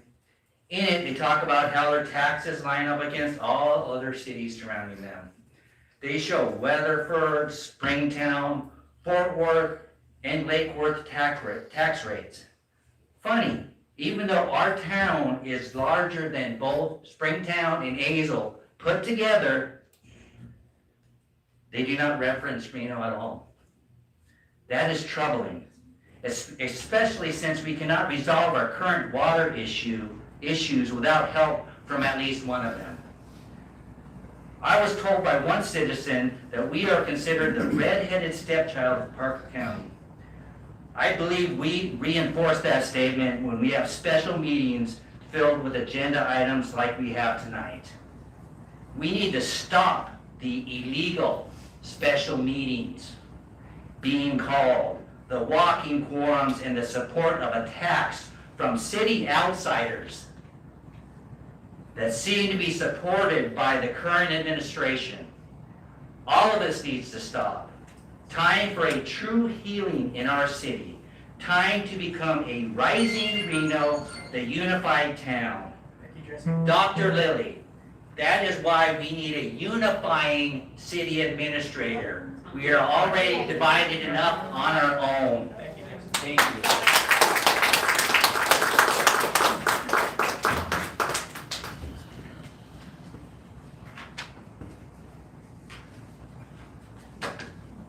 Next up, Linda Stokes.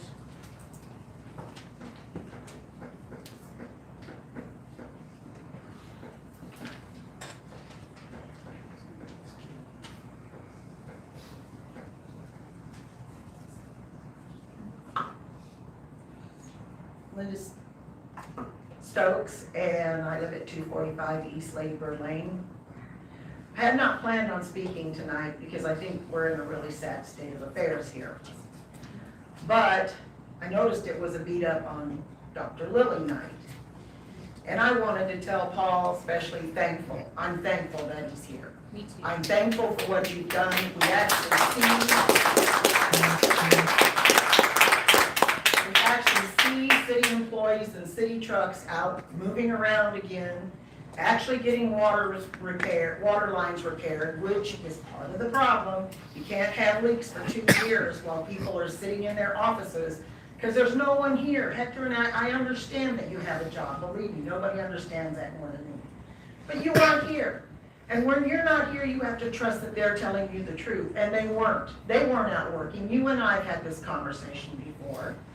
And there hasn't been a week that's gone by all through this that I haven't gotten calls from citizens saying, why are all the water trucks at City Hall? And then we heard that none of the trucks were usable. And that wasn't true. Every one of them was usable. One just needed a battery, and I find that to be really sad. I appreciate the fact that you're here, that you've had oversight, getting them out the door and working and getting things done.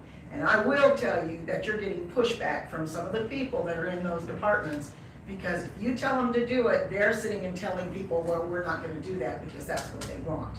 And they should be working for us, all of us, you included, because you all live here. That's it. I'm off my soapbox.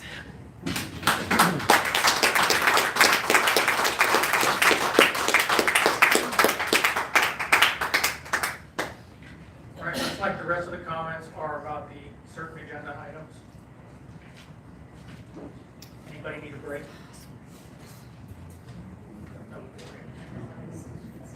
Rick? All right, let's take a 5-minute break. There was a lot of comments to listen to. And it is now 7:17.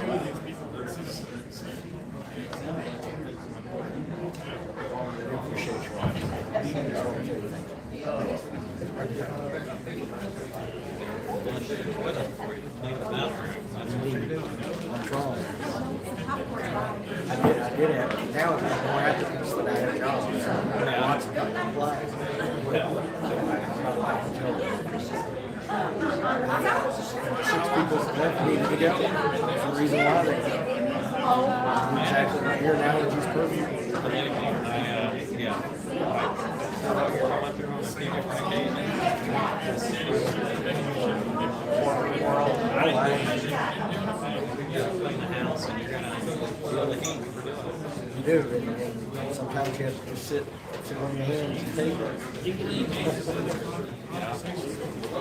I grabbed the wrong coat to feel anorexic.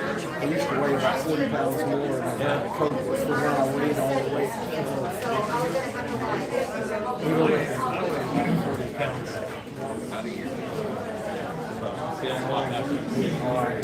Yeah, I went from about 250 now to so I'm much lighter than 40. When I lost the 40 pounds, and I thought, well, I lost this much, I'm going to keep rolling. So I just kept up with the diet.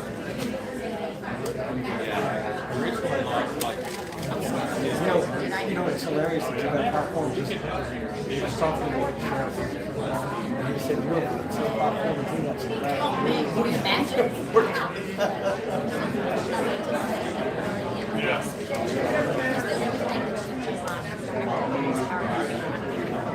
And I mean it. I mean it with all my heart. I'm just like. Yeah, just unlock me and then I tried to reapply. Yeah. How come we're on 25th meeting, feel free to do, and yeah, I know we're here, but I don't care. So, I'm outspoken, and I'm passionate about that, and I'm just like, how can you go into that meeting and feel the way that you, but Jordan wasn't there, and Jordan wasn't in that meeting, wasn't there? No, my wife's having eye surgery. Yeah, but it, maybe, you might have felt. I watched it twice. But it's different being at the meeting. Was it fine? You didn't hear anything on that, Well, I'm working on it. As a matter of fact, I had IT on the phone trying to help me. Oh. Marty, that's Marty's number, husband's number one. Oh, really? We're gonna try to get it on. The IT, the audio, if not being able to hear, I've never, you watch it online, you can't hear on that thing, no. Yes, and that's everybody's complaint. Everybody's like, you can't hear what's going on. Yeah, a wired system would probably be better than get some like water line type thing and just set them in the straight water into a vacuum mixer. Well, they're trying to adjust something internally on the computer, but they couldn't figure it, so we're gonna try again tomorrow. Sounds like it's just losing connection. It's going through some.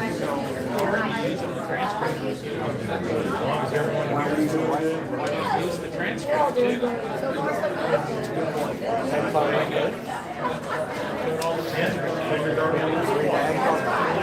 That's right.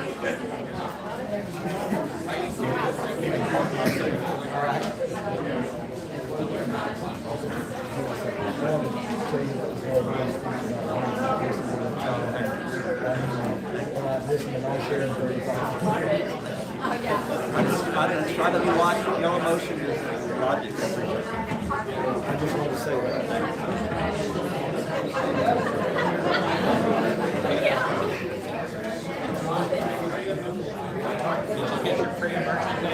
Yes, I did. I'm gonna do one more trick and then jump in. I haven't done it yet.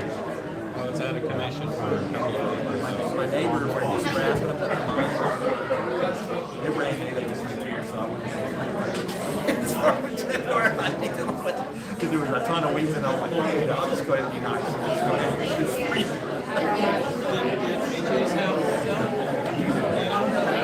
The one that, yeah, a moving truck was there 2 days ago. 2 or 3 days ago.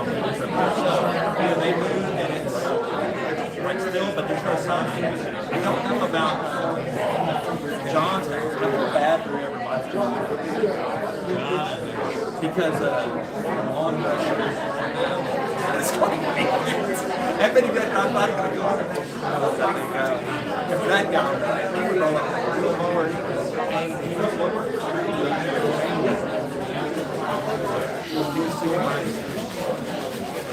When I was walking with that,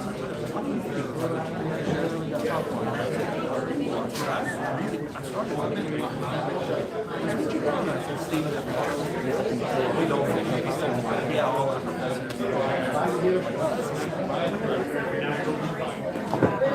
It is. A couple of buddies of mine, years I got we were out one night and got talking about this. I'll leave out. Well, she made it.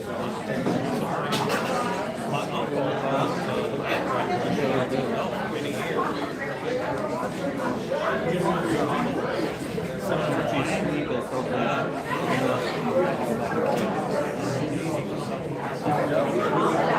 Oh, they were at our house.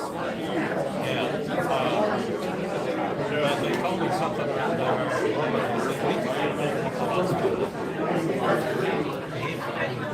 He just knew. They didn't know what.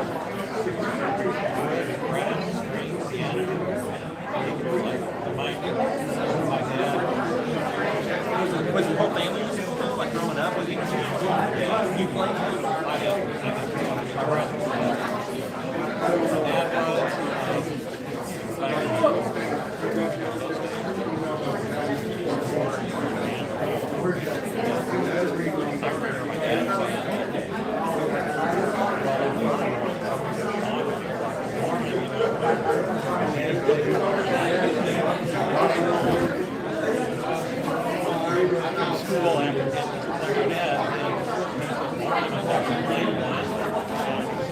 There's not going to be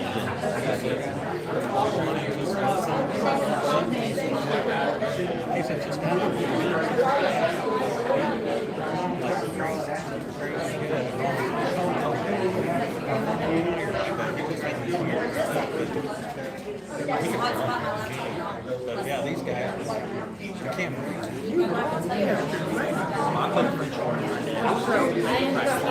first, that thing sounds like a dead elephant. One of my brothers plays this My little brother. I tried football for a while. TV football, I got into it.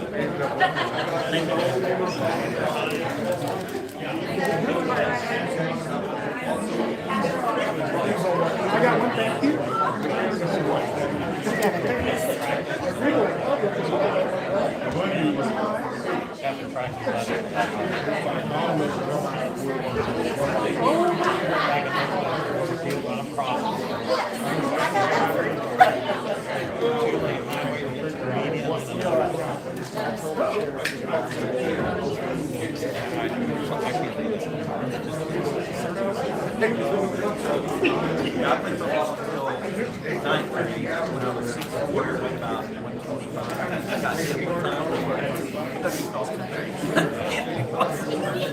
I wish I was that skinny now. Man, I was so conscious. I'm not just making bridges and bridges.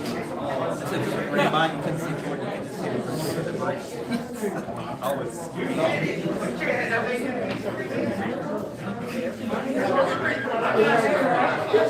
There it is.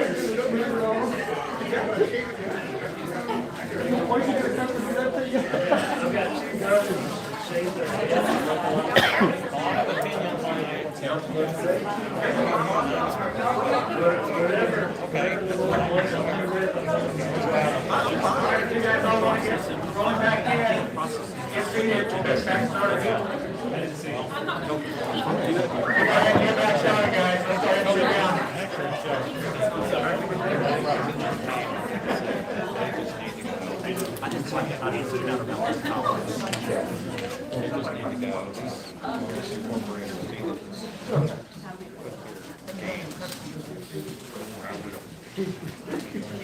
All right, we'll go ahead and get this, we'll get started again. It is now 7:29.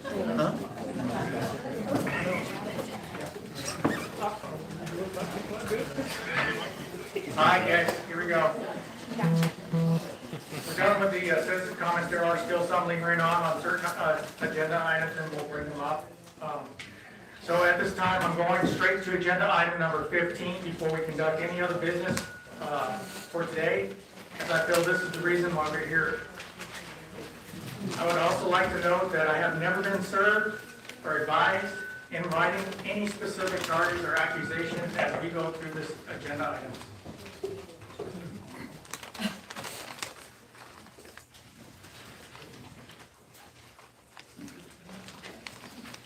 Agenda item number 15, regarding the ongoing conduct of Mayor Hector Boss in accordance with Texas Local Government Code 15A. It's open for discussion.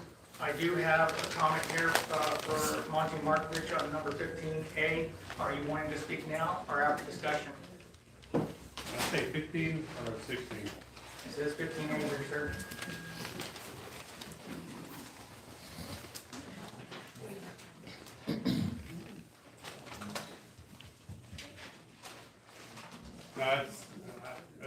No, I meant 16.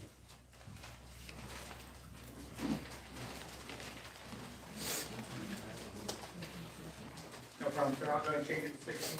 Thank you. Yes, sir. Our council is open for discussion. All right, I go first. Hold on a second.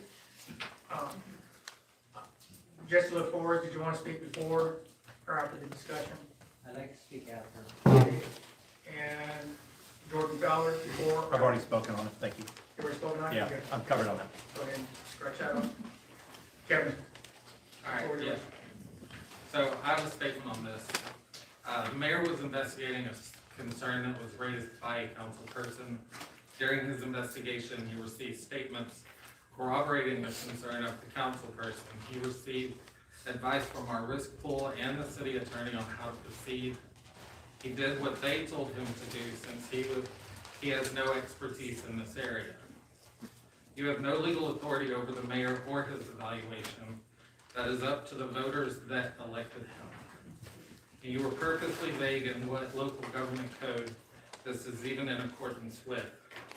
Being purposely vague in your agenda items is deceitful to the public and a violation of the Texas Open Meetings Act and can result in a misdemeanor charge that can include a fine up to $500 and up to 6 months in jail. I will have no further part in item number 15 to include that I will not be casting any vote on this matter.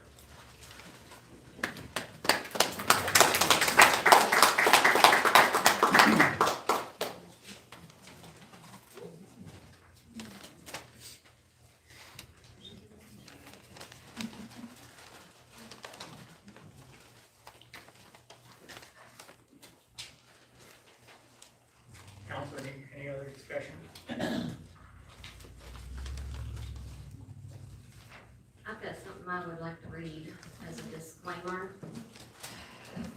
The information presented reflects complaints and allegations received by the Reno City Council from city staff and citizens regarding the laws. These matters remain under review and no final determination has been made. The council's actions and discussions are guided solely by its legal obligations under Texas law, including the Texas Local Government Code and the Texas Public Information Act, which require elected officials to address credible complaints concerning potential misconduct or violations of law. The council is not making findings of guilt or assigning liability, but is ensuring that all reported concerns are properly documented, reviewed, and handled in accordance with state transparency and accountability laws. Furthermore, when my phone first started ringing about all of this, I took steps to find out what I needed to do. I've been told before I'm not supposed to, or not just me, but council members, not to reach out to our attorney. And as of most recently, I had called and left messages with the attorney to clarify things, and they don't call me back. So I also have a full email thread from TML. Dottie made a comment last time that she was here that, well, they won't advise me because we have a city legal to go by. But they said they can advise me on some things, and so they did. So leading up to the whole vote of no confidence, in the emails, which anybody is welcome to at any time, it states in there about possibly removing a mayor and things like that. And what they said earlier in the council comments, I don't know if you did, maybe Jordan, somebody mentioned in there that, anybody, including a citizen, can bring up any legal charges and file. But that's not what we're here doing tonight. What we're doing is a vote of no confidence. But in the emails from Amber at TML, she did step by step of what would need to be done, how to post a meeting, about the authority for me to call a special meeting, and guided my steps for the vote of no confidence. So I'm not making this up, it can be easily proved, so. But it's there, and I took those steps to make sure that I was doing the correct actions. And to constantly be getting emails from our attorney saying different things are wrong and that we have to stop the meeting. Well, we're finally here, we're finally having the meeting. And there's gonna be a lot of information presented, especially for those of you who weren't here at the last meeting to see it firsthand. I'll pass this off to whoever else wants to speak. I'd like to say something, Mayor. Okay, I'm looking at item 15 regarding the ongoing conduct of Mayor Hector Boss in accordance with Texas Local Government Code.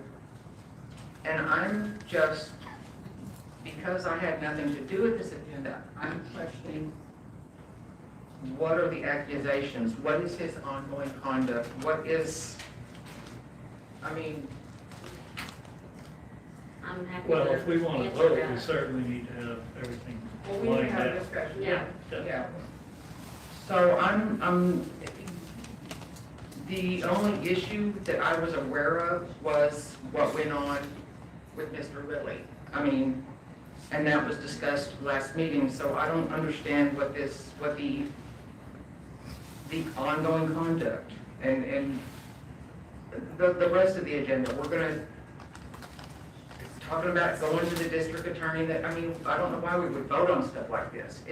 If I have an issue that I think needs to be looked into by, I'll just go do it. I mean, I don't know why we would vote on something like that, and I don't know what the ongoing conduct is that we would be discussing. And we don't know if we approve it or not, if we don't know what it is. Ready? Shoot. Yes. So this is a introduction. The memorandum addresses the following alleged actions of Mayor Hector Voss that are believed to have exceeded his lawful authority and create legal, financial, and reputational risk for the city of Reno. These findings are based on statements and claims made during the last city council meeting and in subsequent conduct. The following sections outline specific violations supporting law on the basis for the council's decision to proceed with a vote of no confidence. Nature of complaint against Dr. Lilly. The mayor admitted the complaint against city administrator Dr. Paul Lilly was verbal and undocumented. No record was provided to the council and no due process was afforded. Acting on an undocumented complaint without council authorization exceeded the mayor's lawful authority. The mayor solicited employees to submit complaints and told them, "Trust me, I got you," creating an atmosphere of intimidation. This conduct under Texas Penal Code 39.02 constitutes misuse of office and improper influence over subordinates. The mayor misled the council on multiple occasions, including falsely claiming the Texas Attorney General. Is it us or is it that one? I'm not sure. Okay. Better? Sorry. The mayor misled the council on multiple occasions, including falsely claiming the Texas Attorney General authorized a secret vote in executive session. When confronted, he admitted the claim was false. Such actions violated Texas Government Code 551.102, which requires all final votes to be taken in open session. The mayor attempted to pressure law enforcement to pursue a private complaint, refusing to sign an affidavit and instead relied on his position as mayor. This effort to misuse his title as authority is prohibited by Texas Penal Code 39.02 and exceeded his lawful role under Texas Local Government Code 341.003, which vests supervision of police officers with the city of police or director of public safety. During the last council meeting, the city attorney claimed that Dr. Lilly's contract authorized the mayor's actions. This argument collapses under Texas Local Government Code 271.903A, which makes all municipal contracts subject to state law and city ordinances. Because 2.04.035 and 22.077 give authority to the council and not the mayor, no contract can supersede those provisions. The mayor cannot avoid responsibility by blaming the city attorney or by pointing to incomplete advice from outside organizations like TML.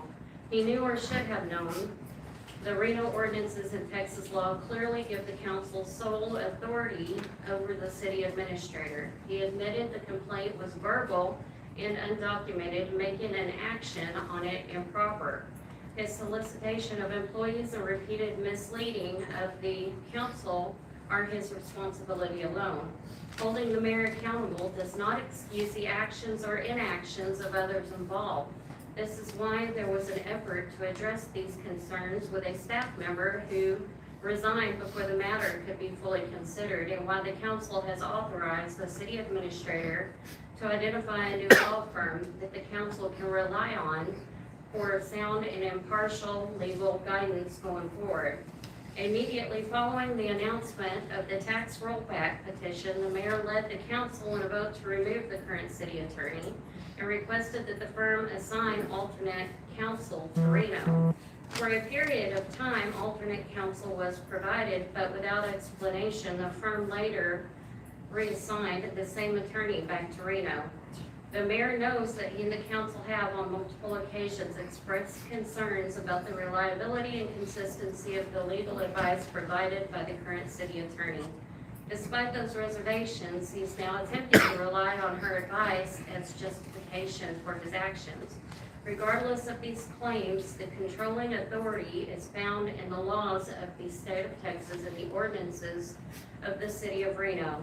An attorney's opinion does not override statute and cannot expand the powers of the mayor and cannot diminish the authority expressly vested in the council. The council must reaffirm that Reno operates under the rule of law, not the shifting opinions of council, and that accountability for violations rests with the mayor and any official who knowingly acts beyond their lawful authority. So the summary of the alleged findings: acted outside lawful authority regarding the city administrator, relied on undocumented verbal complaint, misled the council, and represented state law, solicited and intimidated employees, attempted to misuse law enforcement authority, approved unbudgeted expenditures and delayed audits, continued reliance on the city attorney despite prior concerns, has failed to respond to or allow to be addressed various open record requests, has repeatedly and deliberately misled the council without legal advice, received to manipulate council actions, including entering executive sessions without agenda details, conducting votes in executive sessions, and taking actions explicitly reserved for the city council under Reno city ordinances, has obstructed and withheld critical information from the council, including updates on outstanding audits, unbudgeted expenditures, vehicle maintenance records, and related costs, and has admitted to lying to the council when confronted on multiple occasions. Conclusion: the council has determined that the mayor knowingly acted outside his lawful authority and has repeatedly misled both the staff and council. His conduct has violated state law, Reno ordinances, and the trust placed in him as an elected official. For these reasons, and considering the accumulation of other serious allegations, the majority of the council has found it necessary to have a special meeting tonight for a possible vote of no confidence on the mayor. This action reflects the severity of the alleged misconduct and the council's responsibility to safeguard the city of Reno. I've got some more for a little bit later, but I'm gonna stop right there. And I don't even like reading this out loud. This is horrible. Some of the examples about, I guess it was around the 5th time when Hector called me in his office, and I had just got back in town, and he said, I lied to you, and I was so frustrated because it's happened many times. And I'm like, why?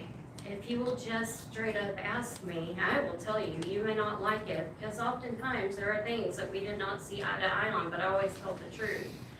And he was trying to catch me in something, and he had told a different story to each member of the council, trying to find out where this leak was occurring. Leak of information, not a water leak. We're in Reno, so. That was very frustrating because I considered Hector and Jody friends, and I was his biggest promoter. I'm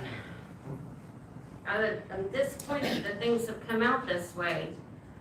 I was his biggest supporter. When people would say something to me negative, I'd say, he's learning, he's never been the mayor before, he's doing better, and I really believe that all the way up.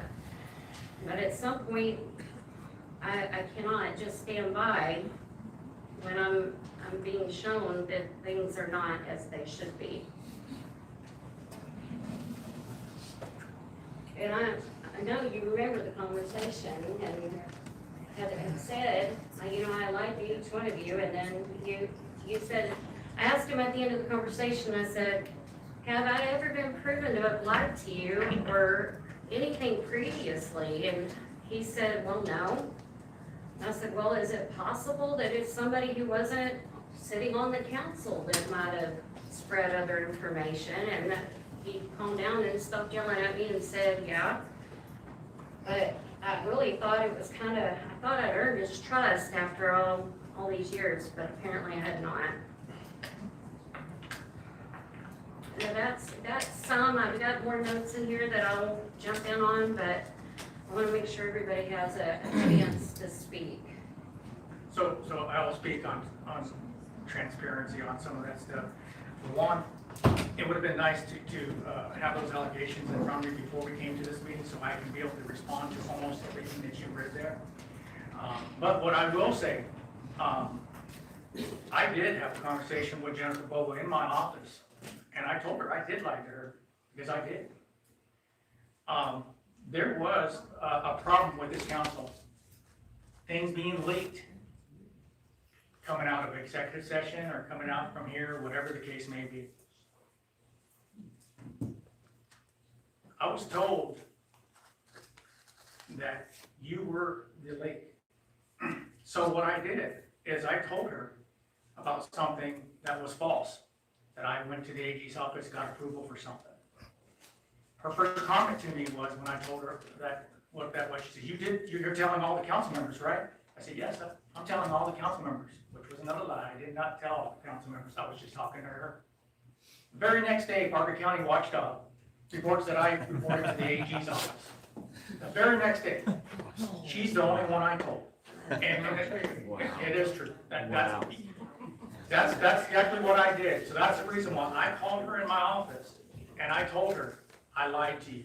And this is what I said to you. And the next day, it was on Parker County Watchdog. It was written, it was in stone, saying, the mayor thinks he's got the answers for going to the AG's office and yada, yada, yada. I wanted to be truthful with you for what I did, because I wanted, and you denied it. So I don't recall you telling me. I don't recall you telling me that I dropped the issue. And that was it. I just told you, I knew the facts. Another council member said you told them the exact same thing. And I mean, I guess that's. I'm sorry, I did not. If they want to speak up on it, they can, but. That's the transparency that took place that day. So, trying to recall everything that you read there, you read a whole bunch. That was a lot to retain. Yeah, it would have been nice to have that. In regards to a statement made that I have your back. That was in regards to Nathan Davis. And yes, I did have his back. I did make the comment and that. It's not that I asked him for this letter. He volunteered gave me that letter. He gave it to me in text. It's in a Word document. And then as the weeks went by, other letters approached, and I did not ask for none of these letters. Not one person did I go and ask for the letter. These letters were written on their own within the employees, they all talked. It appears that they all talked, and they probably, some of them written on the same day. They were all given to me in a white envelope, except for Nathan Davis. His is the one that came through my text.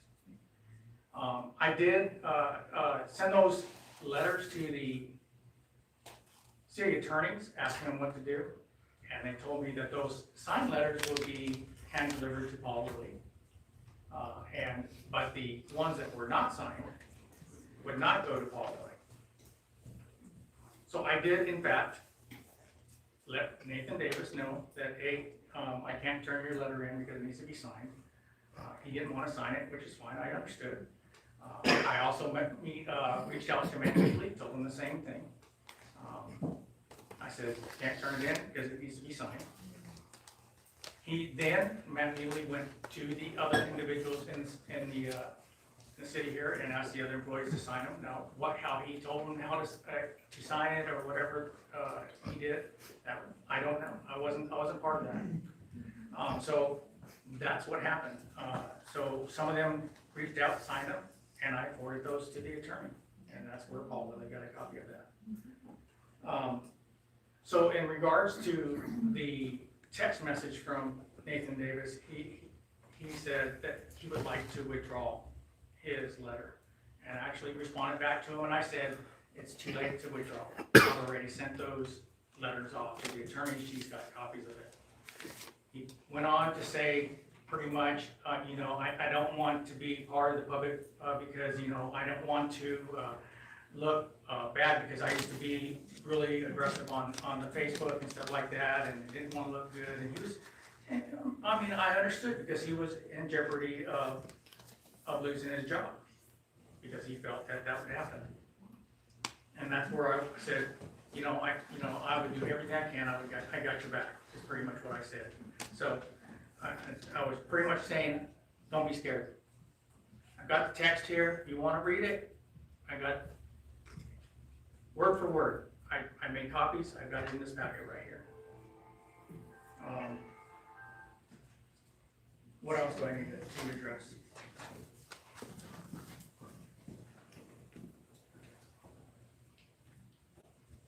You have a comment whenever y'all are ready. He's not on there to make comment, so. Mayor, this is the moment. if I can give some advice, I believe since you invoked his name, he does have a First Amendment right to comment. And as he's on his way up, I've got the screenshot of the message between the mayor and Nathan, and his words from the mayor, it says, "Bro, you need to be strong. Stop being scared what people think. Trust me, you did the right thing. You have kids, right? Imagine him coming to your child's school acting like that. Look, we have a video of him at a business that is going to embarrass him. I got you, trust in me."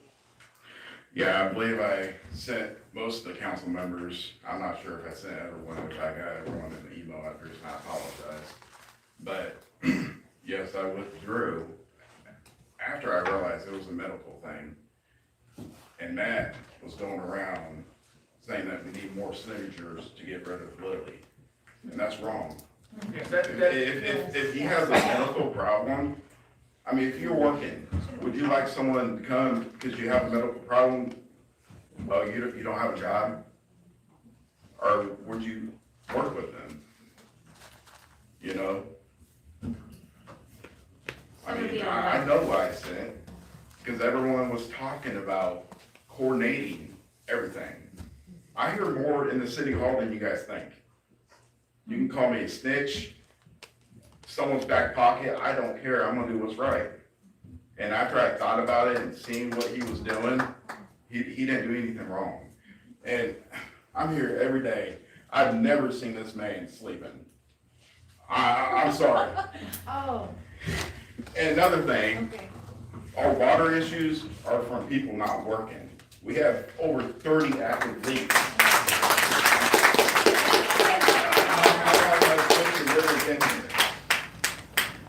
You have to give him time to fix it. He is ordering people to go out there. Do what? Point of order, guys, let's get, we're here to speak about this, On the, But anything, I mean, our text message, I kind of felt like we're trying to guilt me that I made the wrong decision. Saying, hey, bro, your kids. I mean, that's the way it came off.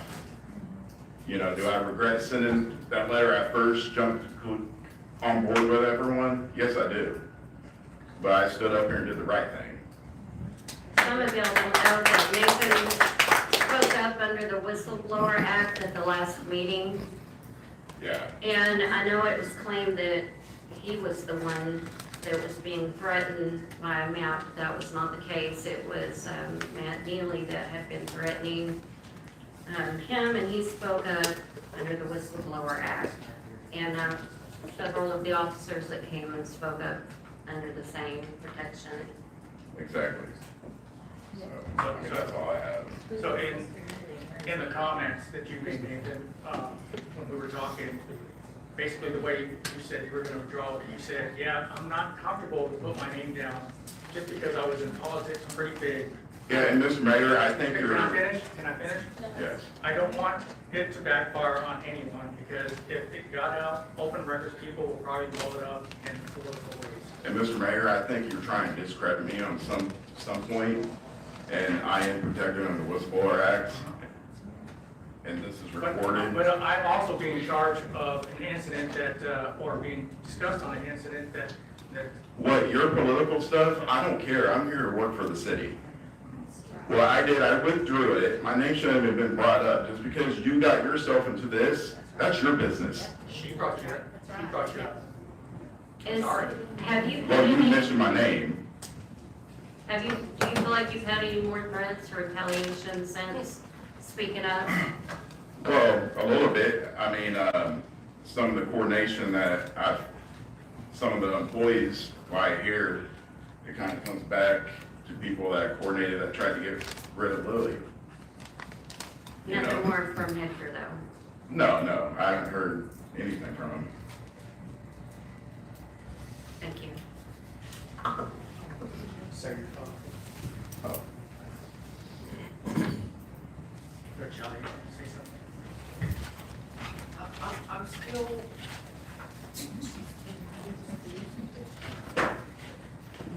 I'm still, here, I'm still trying to understand how all this became that everybody is saying Mr. Lilly had medical issues.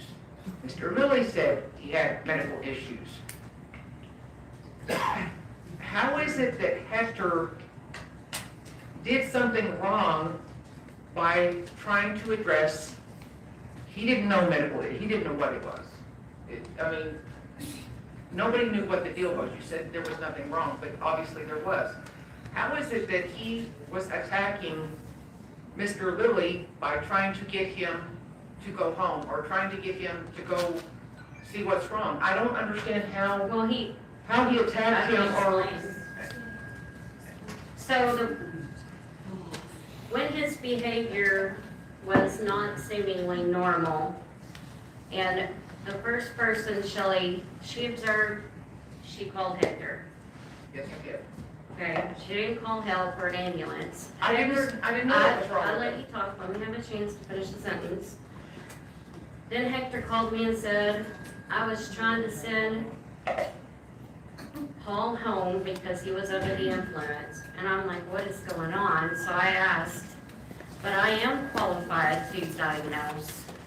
And so after I listened to the behaviors that he was exhibiting, I said, did you call an ambulance? Did you call the fire department, ask them to come over and check him out? Well, no, I didn't think about that. So at that point, when you've got somebody who is qualified telling you there's a problem, and then Hector goes, well, should I go up to the city hall? And I was like, I don't know, I'm calling an ambulance to get somebody over there to check him out. So you're saying that, how do I know he wasn't, we had the whole conversation.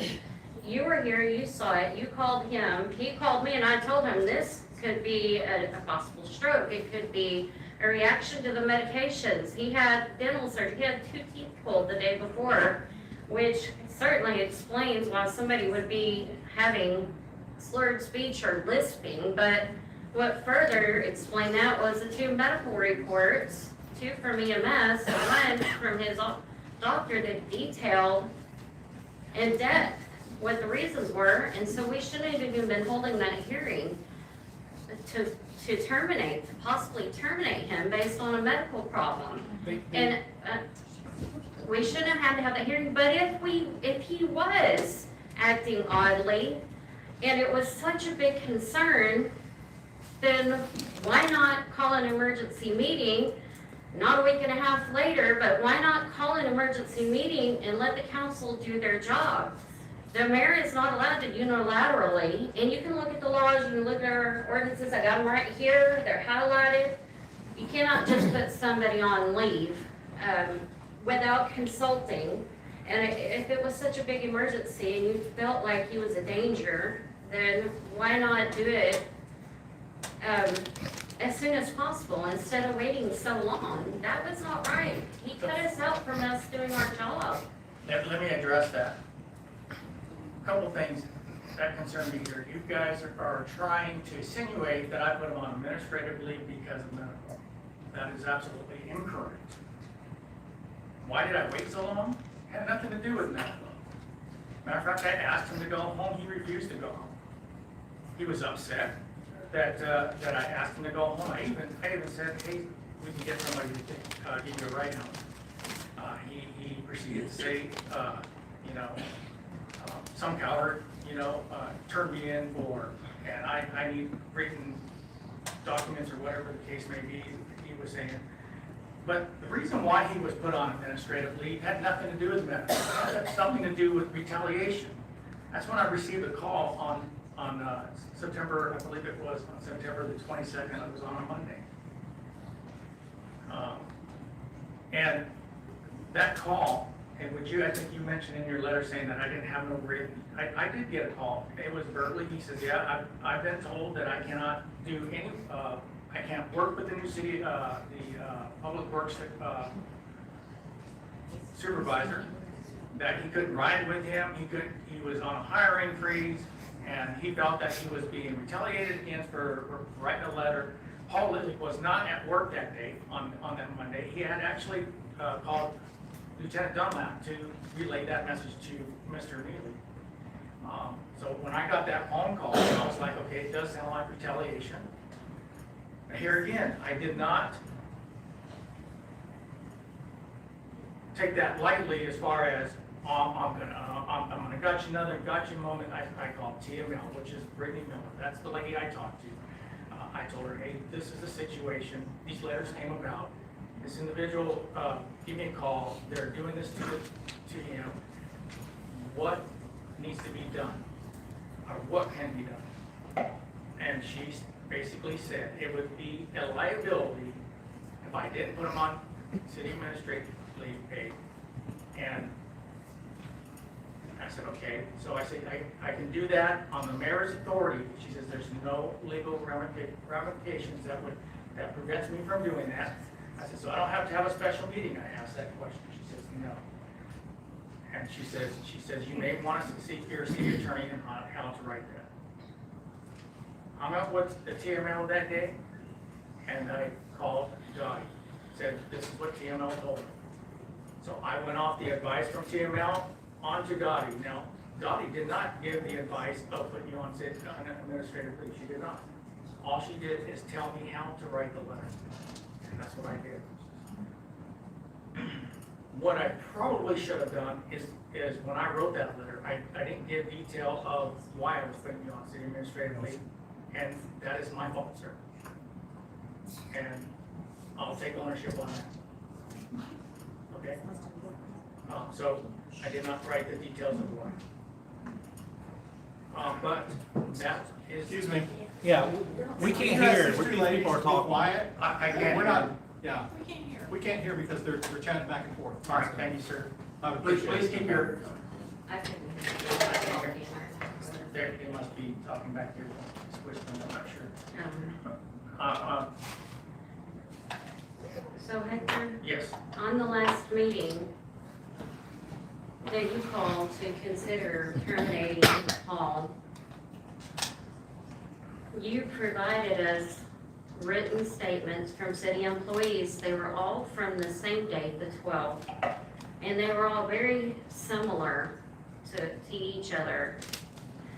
But I asked you at the last meeting, after we'd gotten probably 2/3 of the way through the meeting, you said, well, he wasn't put on leave due to medical.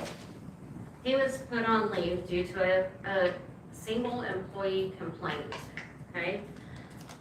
But I asked him at that time, how come you didn't provide that in our packets?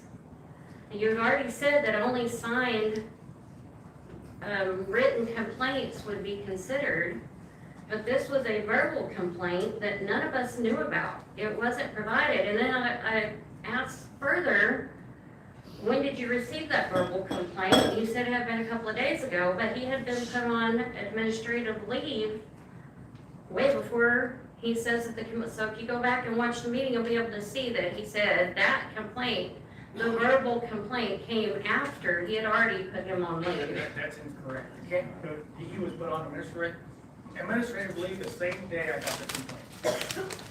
Yeah, exactly. I will add, Mayor, I have the highest respect for you and your office. I think you know that we don't always agree eye to eye. But when I was put on leave, I was not, as required by law, given a reason why. And that violated the Texas local government code, clearly and without question. I'm not pointing the finger at the mayor, but the mayor's the one who put me on leave, so it fell on him to tell me why, and he did not. Yeah, you're absolutely correct, and like I said, I take ownership of that. I did give you that detail, sir. I apologize.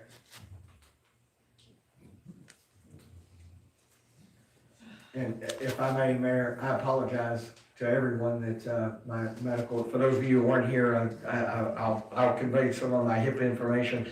I was bleeding into my stomach and lost over 2 pints of blood.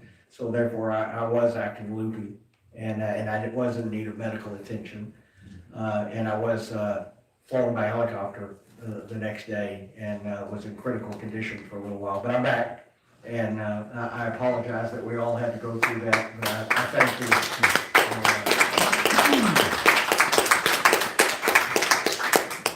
I thank you for tolerating and putting up with me. So I'm back to work for the city of Reno 100%. Okay,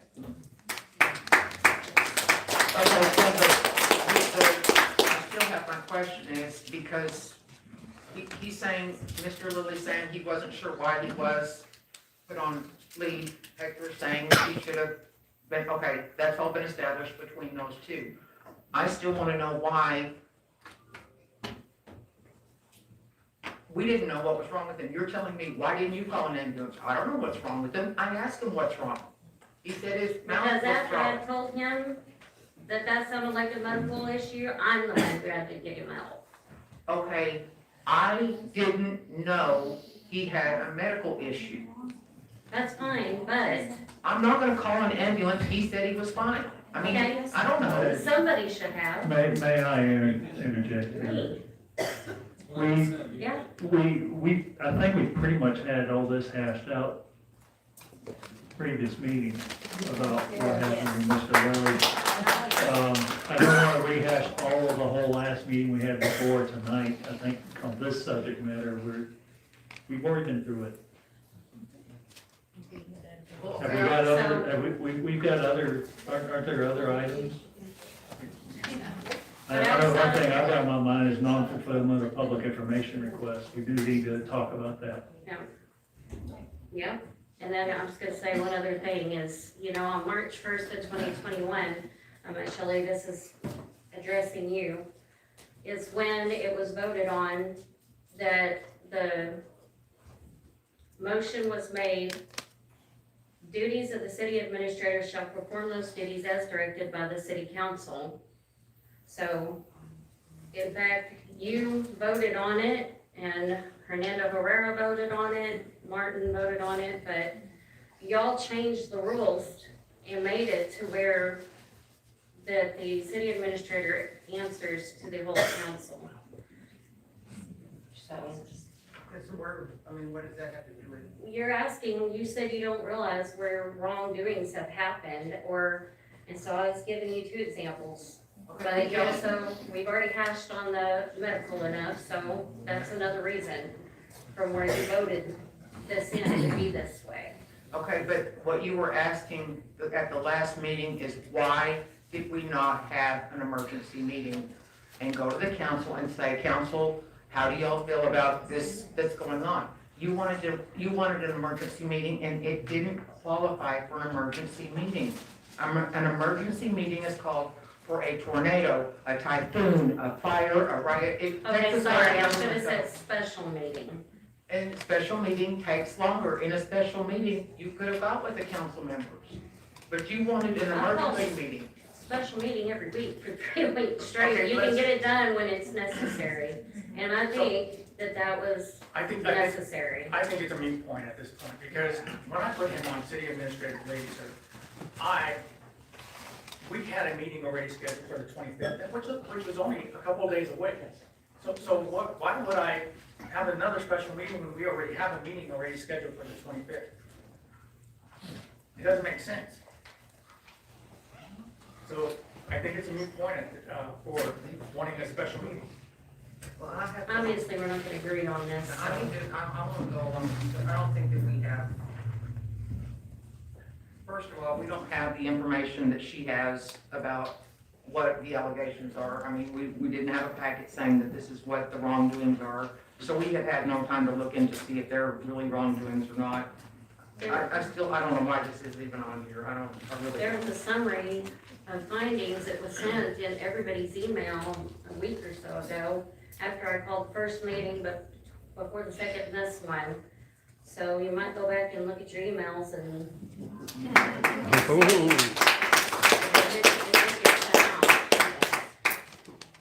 Either way. Did you have somebody send it? Whenever I send something, I'll tag one other council member, and then I ask Rebecca or somebody higher up to send blind copies to the council, so I don't accidentally create a quorum. Okay. Alright, well, it's, nobody else has any discussion, I just. Well, there is one thing that I have to bring up, because the citizen brought up to me. Okay. Now, I'm gonna agree these allegations are very serious, and I know how I feel about them, it looks very dark, but I serve the citizens, right? That's who put me here. And before we got here, a citizen did ask me if the mayor got copies of the allegation. It does sound like you got the summary. If you feel like you have, I mean, this was a citizen asking, and I'm going to do whether y'all like me or not, I'm still gonna do what the citizens asked me to do. I mean, y'all are why I'm here. I don't have personal feelings when it comes to that. Did you get it? I know Jennifer said, and I believe I did see that, a summary of the allegations. Did you receive those summary? I don't recall seeing this. Okay, because everybody deserves a right to be able to defend themselves, and that was brought up to me by that citizen, and I strongly believe that. And our citizens, like I said, we have to do what's best for them. I can, whatever, all day long, feel about what is being said about your actions, but like I said, this is who I serve, and that was asked me point blank, and I couldn't really get into it with them, because I was having a family emergency with 10 children at that moment, but it was asked, so, Jennifer, was that made clear to him? And I think that's a fair thing, because everybody should have a chance to be able to defend themselves. Mr. Lilly, that is correct, is it right? I always want to be legal and right. You know, I can be wrong sometimes, and I don't know everything, but I want to try to be legal and right at all times. She's checking out of Okay, awesome, I'm thank looking you. on that, I'm looking on the sent. Because- For the date. Everybody has a right to defend I mean, this is truthful in court, and this is not court, nothing binding here, or anything like that, but we are trying to, you know. Mr. Payne, to answer your question, our city secretary is checking out to see if to find where that email was for. I mean, I think in legal parlance, they call that discovery, you get to see the evidence against you. And if the defendant doesn't get to see the evidence, then you don't have a case.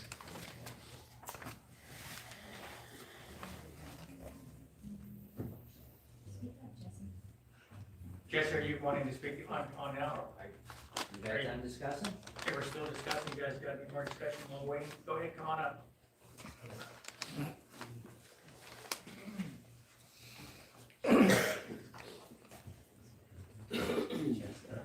Hello, Jesse LaVars, 276 St. Wood. Mr. Braun, I'm glad you brought that up, that you like discovery, and you like looking at all the things that you're presented with. Did you watch the video from the surveillance No, it camera? Okay, do you remember telling me why you didn't? You want me to refresh your I memory? could imagine the worst of what it might have shown. That's exactly what you said. That is exactly what I said. That's what you said. And then you remember what I said? But the man got into a vehicle afterwards and he drove here. Does that concern you? You didn't answer me. That concerned every single one of you. My understanding is the lieutenant back there. He wasn't driving. I was at the meeting here when they had it. He was driving. That's a liability. This has nothing to do with his health. That is a liability. That's poor judgment. Poor judgment on his part, okay? He had every right to do what he did, because that was a poor judgment call, even if he did it for that. Then limiting the access to one of your employees when Matt Neely is probably your closest thing to your public works department that you had at the time. So now you're gonna isolate a new employee from even talking to someone who might be able to help him. He don't know about your system. He's still learning. So you're gonna isolate that employee. That's not good practice. That's bad. Isolate which employee exactly? According to Mayor Boss, Matt Neely was told to not talk to the new employee, the Public Works Director. If I was that employee, Jesse, there are a number of things you don't know about some of our staff, and I'm not gonna go into them right here, right now. I'm not worried about our staff. Neely to me again, because there's issues there. I can see that. You've had relations with a lot of employees, but a lot of history is leaving when you. I'm on the street with Sir, I'm talking right now, sir. Thank you. I am surprised that most of you did not watch the video. I would imagine there was only maybe 3 of you that did. All of you should have done it. It is your job. Mayor, You this is completely off the topic of what you're, of what we're. Actually, it's not, because Yes, it's it talking is. about, it's talking about what we are talking about. No, sir. I'm I'm not gonna argue with you, I'll have you removed. No, sir, you're not on topic. Jesse, are you medically qualified in going to It diagnose? has, we're talking liability. No, it does. We If are you talking said, when liability I'm speaking, here. it's my turn. I had 3 minutes. When you, Okay. yes, but during those 3 minutes, you weren't supposed to do back and forth, and that's what's been happening. You're right. We're gonna stop it right now, we're not going back and forth, And Jennifer. here we are. Can I just make one more clarification? Okay. So, Mr. Lilly, or sorry, Dr. Lilly, the other, in your testimony the other evening, I was here, you made a disparaging comment about Mayor Boss and another person that he was trying to get a job for his friend. Do you remember saying that? I certainly do, and it was you. I know. And You're the one that didn't hire. So wait, so what you're saying is. I think it'd be best if you'd be quiet and sit down, No, sir. because I would like to finish it. What you're saying with your statement is, I came in here because I needed the job, right? Is that what you're clarifying with that? No, sir. Because Mayor Boss called me up and said, Paul Lilly, Mayor, what does this have to do with, I have to call a it has to do point. with character reference. He's got 25 seconds. Yes, but it's not. Really? This is on the subject. He's talking about the subject of trying to clear up. I want to clear my name. I didn't come in here for a job for you. You came to this man desperate for a person. Okay? I came in here and I came in here and I met with you. Thank you. You guys gotta know what kind of city administrator you get.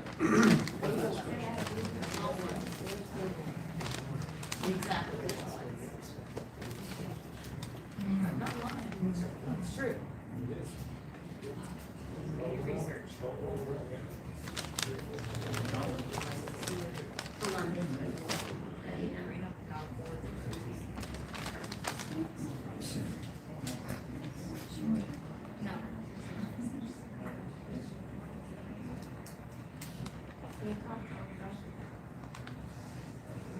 And were you Yeah. were you insinuating you wanted to give Hector a chance to go over everything and continue this? Is that what you were trying to say? Well, do you think, and I know they're looking at it, the right thing is to make sure he does have a copy of it. I want to be completely right in all things, to make sure we're following proper procedure. Because, of course, it's not legal or anything else, it's not a court or anything like that. When people are accused of something, they are given a list of accusations. I do think that's fair, and I think we have to be fair in all of our dealings. Rebecca, check on October 1st. Is it as an attachment, or did you just type it out? No, it was a typo. Check around.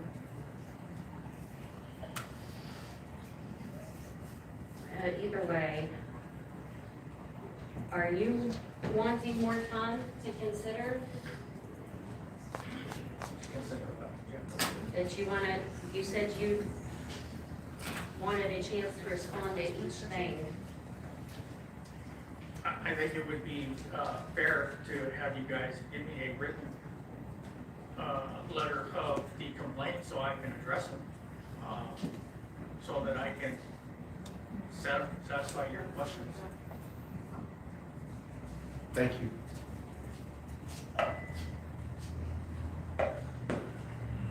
I do want to add something on there. You just have to hold it down. Thank you, sir. And this goes back to what was said about Eric and recruiting, and Eric did recruit, I know he recruited me in to run for a spot on the council, that, I can't remember, I remember you being at the same meetings for disincorporation and everything back in 23. And Shelley was there, it was all about disincorporation, and the fact that the mayor did not put the petition on the vote, to be voted on for disincorporation, and one of the things he said, that Eric said, was if it's not put on there, then you can always vote for it from the inside, vote to disincorporate. And so whenever we made enemies with Eric, it was over that reason, because Hector and I both came in, we both wanted a chance to try to improve things in Reno. We wanted to see where we stood and how bad it was, and try to make it better from the inside. What's that got to do with? You brought it up, because what you brought up? What did I bring up? About the disincorporation, when you were talking about that, no, it wasn't just them, it was also the citizen comments. I didn't bring it up. Well, Eric Hunter is the one who made the comment. okay, so it's probably in my notes then. Either way, I was trying to answer that and say that I was standing by your side in agreement that we both determined we did not want to vote for disincorporation. Well, I thought we were going to decide if we're gonna wait. You want time to wait on those items, right? Please speak into your mic. With just that, it would have to be on all of the three. Would you agree? 16, 17? There's four of them on there. Use your mic, please. What number? Sorry. We can't I hear. had turned mine on because it was feedback, sorry. Can you hear me now? Yeah, thank you. Sorry. There are four items on there for the mayor, 15, 16, 17, and 18. Just so we think about it and then we go on to the other items. Did you skip the 15? Or the beginning? Yeah, 15 is the first one. Yeah. We don't have to make a decision right this minute. I do think it's fair that anybody does get a chance to see that. While I am concerned about these allegations greatly, and I won't lie about that, it is the fair thing. We have to do what's fair and right. I get that, but there's also other things on the agenda that I do feel like we don't want to wait on. I agree. So can we move on to those items and come back to this? You can come back to it. Like at the end of the meeting, let's move on to the other items that we We're need. talking about 15, 16, 17, and 18. I'm not going to any other items until we complete 15, Which 16, need to be 17. removed because they're not legal. That's not what's the email. I have the emails, you're welcome to read them.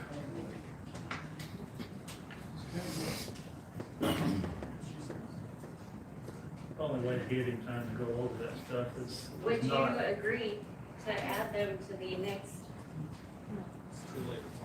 meeting? I'm not talking about the one on the 27th. You mean the one on the 17th? Yeah, I had such a hard time getting this meeting to actually be held. I want to make sure that there's some kind of assurance that we can address this again at another date without having to jump through hoops. Are you okay with that? To give you time to respond? I'm sorry, Kevin?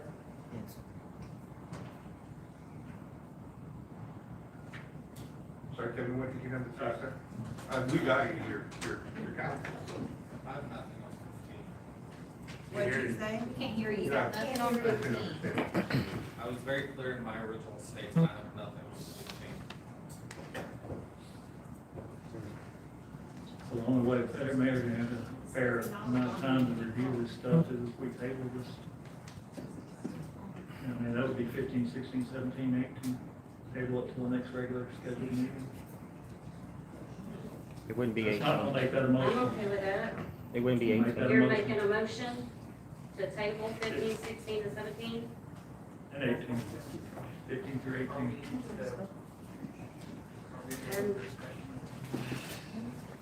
if Ron is just made the motion. And if you agree. I didn't hear you say motion. Yeah. I'm sorry, put your hand down, Todd. Yeah, motion to table 15 through 18, so the next regular. Okay, got a motion on the floor to, table 15, 16, 17, and 18. Do I have a second? I'll second. Second by Payne, all in favor? Aye. Aye. Any opposed? And I think we need to get it done, or get rid of it. It doesn't give you time. We've got a motion on the table.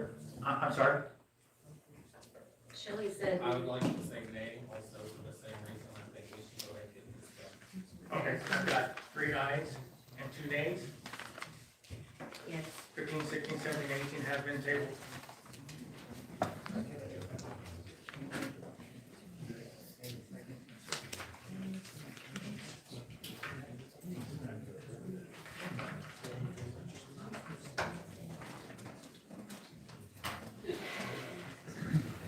So for the comments on those items, if they're tabled, we want to go over those citizen comments.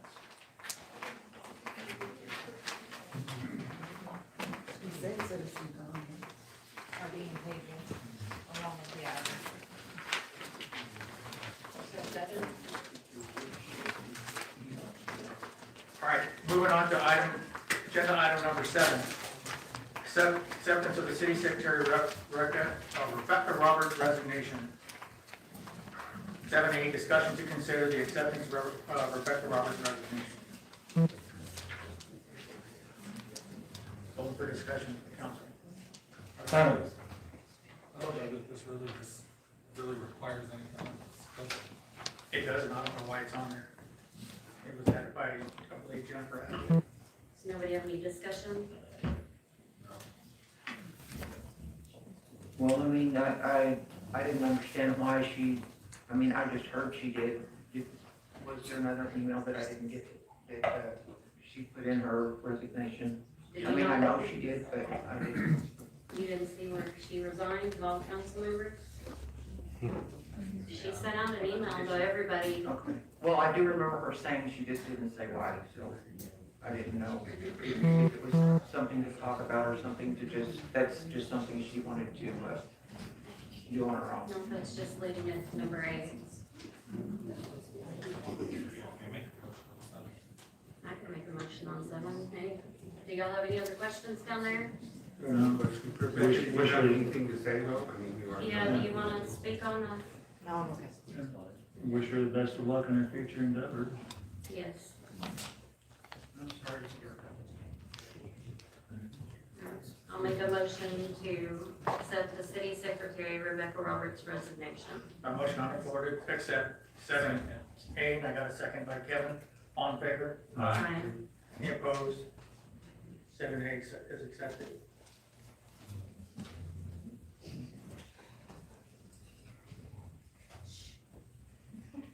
Item number 8, consider authorizing the city administrator to post the job opening for the city secretary position and proceed with the recruitment process in accordance with the city policies.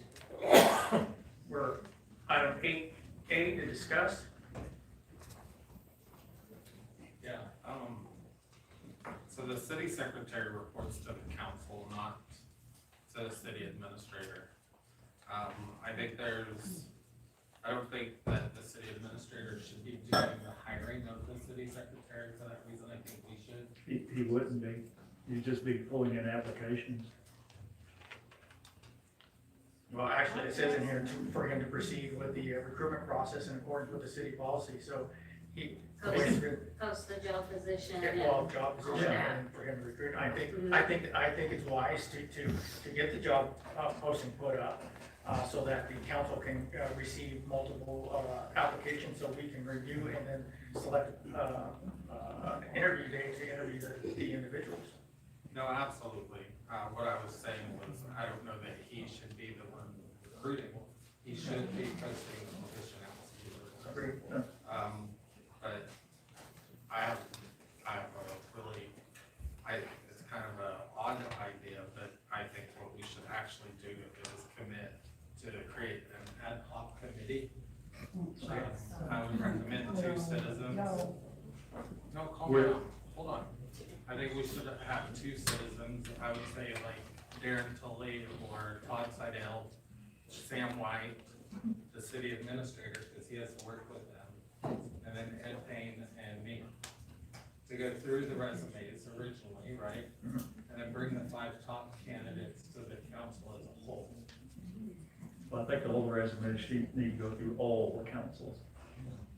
I mean, maybe, but I mean, how much research was done by everybody the last time we had to do this for the city administrator? A ton. And we From all many of us. had all the resumes. That's But I don't think that's her, I think that's his point. I do like Kevin's idea though. I think we're No, building. it's not, if it doesn't. Here's the biggest concern I have with that, is we're losing our city secretary on the 31st. Yeah, we don't have a lot. So are we looking at running the city for 3 to 6 months out without a city secretary? Well, No, I think at that point. position should be posted for 15 days, like we would normally Yeah. post that kind of position. He would gather all of the resumes or applications, right? And then just a few days after that 15 days is closed, we would meet as a committee and go through all of the resumes and bring the top 5 to the whole council. That way, we don't have to go through all of that work as a whole, and you've got the 5 top candidates. I don't think we should wait till X amount of days after the job posting is closed. I would say that we need to start going over any resumes that we get immediately instead of being overwhelmed with 40 like what happened last time. As soon as we start getting resumes in, then. That way we would also have feedback, we would also have help from 2 citizens. I've already talked to Sam, and he said that he would be willing to work with me on this. If we're worried about time frame, Rebecca, would you be able to, or be willing to stay on a little bit longer until we found someone? I know that's asking a lot, but. Yeah, that's gonna make an unfair ask. No, I would. I love the city. I love my citizens. I love my job. There's just a couple of things that transpired that I don't want to discuss, but no, I would be more willing to help than anyone. I get along with everybody. Him and I work well together, so I'm fine. So yes. I mean, he should be able to have the job posted tomorrow or Friday at the latest, so 2 Fridays from now, the job posting would close that night at 5 p.m., so we should be able to meet Monday as the committee to go through all the resumes and applications, and then give them to the council on Tuesday, and then we should be able to have a meeting that Wednesday to discuss which 3 we want to interview, right? And then we should be able to start interviews the following Monday. So we should be able to have this person hired within 3 to 4 weeks. But y'all also remember that on the next council, not trying to take it back or anything, but y'all do have it on to appoint an interim. And y'all have 2 qualified people that would be great as the interim. But it's completely up to y'all, and they would be able to help as well. So I don't mind helping them over the phone. Like I said, if this was not an easy decision, I'm not too thrilled about it, but it just is what it is at this point. So I will help any way I can. Paul, do you already have something put together that you can post it tomorrow? Yes, ma'am. I mean, does that seem like an unreasonable idea to you? No, sir. No, sir. Lots of cities use committees. Not on this. Well, it's not, we're not deciding on a committee, we're. Lots of committees, lots of. Randall talked about posting, Well, no, because that's not, well, the committee's not on here. that would be part of my motion though. To create a committee, Yeah, to let him post the thing and create the committee and. Usually the entire council either reviews all the applicants or a subcommittee recommends and files to the council, so y'all have an option to do it either way. I think all council members need to review. No more applicants than I suspect we have, and our biggest problem is going to be, if I can be candid with all of you, is we pay $25,000 a year less than the cities around us. So we're not gonna get many qualified applicants. We'll do the best that we can, but what I'm getting at is I don't anticipate you are gonna have to go through 30 applications. I don't see that. What's the budgeted salary? 55.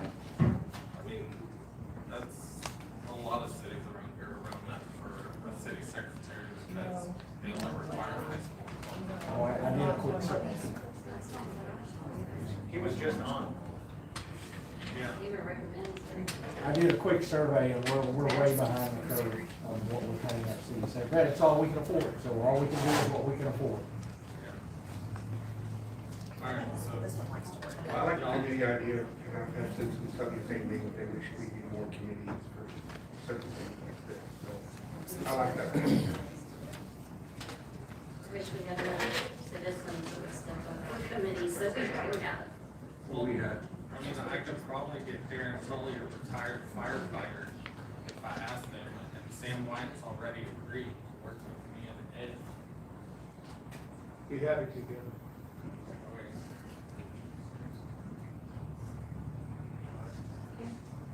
So, is it okay if I make a motion? Yeah. And here you go. About, quick, Can I make a comment about what? about Rebecca, real quick?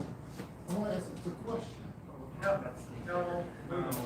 Actually, we're gonna stand around and not let comments. I mean, we're trying to keep this not coming back.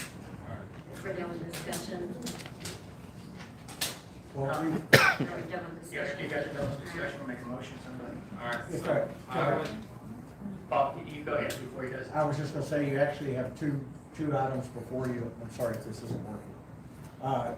One, you need to make a motion to accept her resignation. And we then- already did. We already did that. We did accept. Well, I mean, and then make a motion that, what you wanna do with regard to that. Yes, sir, I just wanna be real clear. Yeah, we did that with setup. Yes, sir. Okay, so I would like to make a motion to have the city administrator post the position as soon as possible and leave it posted for no less than 2 weeks or up to 2 weeks. I would also like the motion to include the creation of an ad hoc committee consisting of the city administrator, Councilman Payne, myself, Sam White, and Darren Tully. Got a motion on the floor for, Who was it on the, I didn't write fast enough. Who did you want on the committee? Or It can would we be decide later? Councilman Payne, the city administrator, Sam White, and Darren Tully. I'll second that. That's not even on the agenda. It is. It's forming a committee, so it's I'm letting him post the position and to go proceed with the recruitment. That's part of. I'll take your, we can get your advice here, since it wasn't on the agenda here for the committee. But that, I still think it would be legal, yes, sir, in the motion. But at the same time, I'm sorry that the secretary and I were just discussing, y'all didn't set a date, what date you accept her. Are you accepting it on the 31st that she wrote her letter, or y'all accept it before, or do you want her to stay longer? We need to make sure that's in there. Oh, in this motion? Yeah, so he can amend it real easily. But yes, if you're asking my professional opinion, you do have the authority to make a subcommittee through that motion the way it's posted, yes, sir. I don't see an issue with that. Yes, I don't see an issue with that. You want to amend your motion? Study the Robert's rule. what am I adding her? An extension till we get somebody hired? Okay. Rebecca, do you want a night to think on it before you decide on how much longer you want to stay, or? I would do 2 more weeks. And that would 2 more also, weeks. that would also give me enough time to train everybody in their So like departments. mid-November? Hmm. That's a conversation, like mid-November. Gives us a little That would bit be of the time. 14th. Give us a date, Rebecca, please, It's could you gonna look be at the posted calendar? tomorrow. Yeah, so we would be able to have this, well, I mean, about the time she's ready to go. Well, as she mentioned, you do have the option to authorize me to bring that That's in in the next meeting. in the interim, so just keep that in mind. Yeah, but that's in the next meeting. So, yeah, So if you post it tomorrow on the 23rd, that would be the 6th, before it's closed, the posting closes, and Rebecca was planning to leave on the 31st. So that gives her an additional 6 days. So Well, the that's- Staying 7th. on for 6 days. yeah, The but I mean, 7th. yeah, That would allow, and if y'all choose to appoint someone in the next meeting, then I'll just fall back to my 31st, so. I don't know if y'all want to appoint anybody here. I really didn't know I was having this discussion, honestly. Yeah. I wasn't prepared. You got two separate issues on the floor. Yeah. Yeah, but I mean, that goes. I'm sorry, you gotta back up, Yeah, we would have to go back. get it back up and set her date, then go forward with this one. And it might be, since it's on the agenda next week, as to discuss an interim, you can also discuss that as contracting me if y'all chose to, or who y'all choose to be an interim. That might be more appropriate time to make action on that. Yeah. All right, so then my motion stands. And my second stands. Okay, got a motion on the floor and a second by Shelley. All in favor? Aye. Did I hear an aye? Jennifer? Yes. Okay. Any opposed? Ayes have it. 8 passes.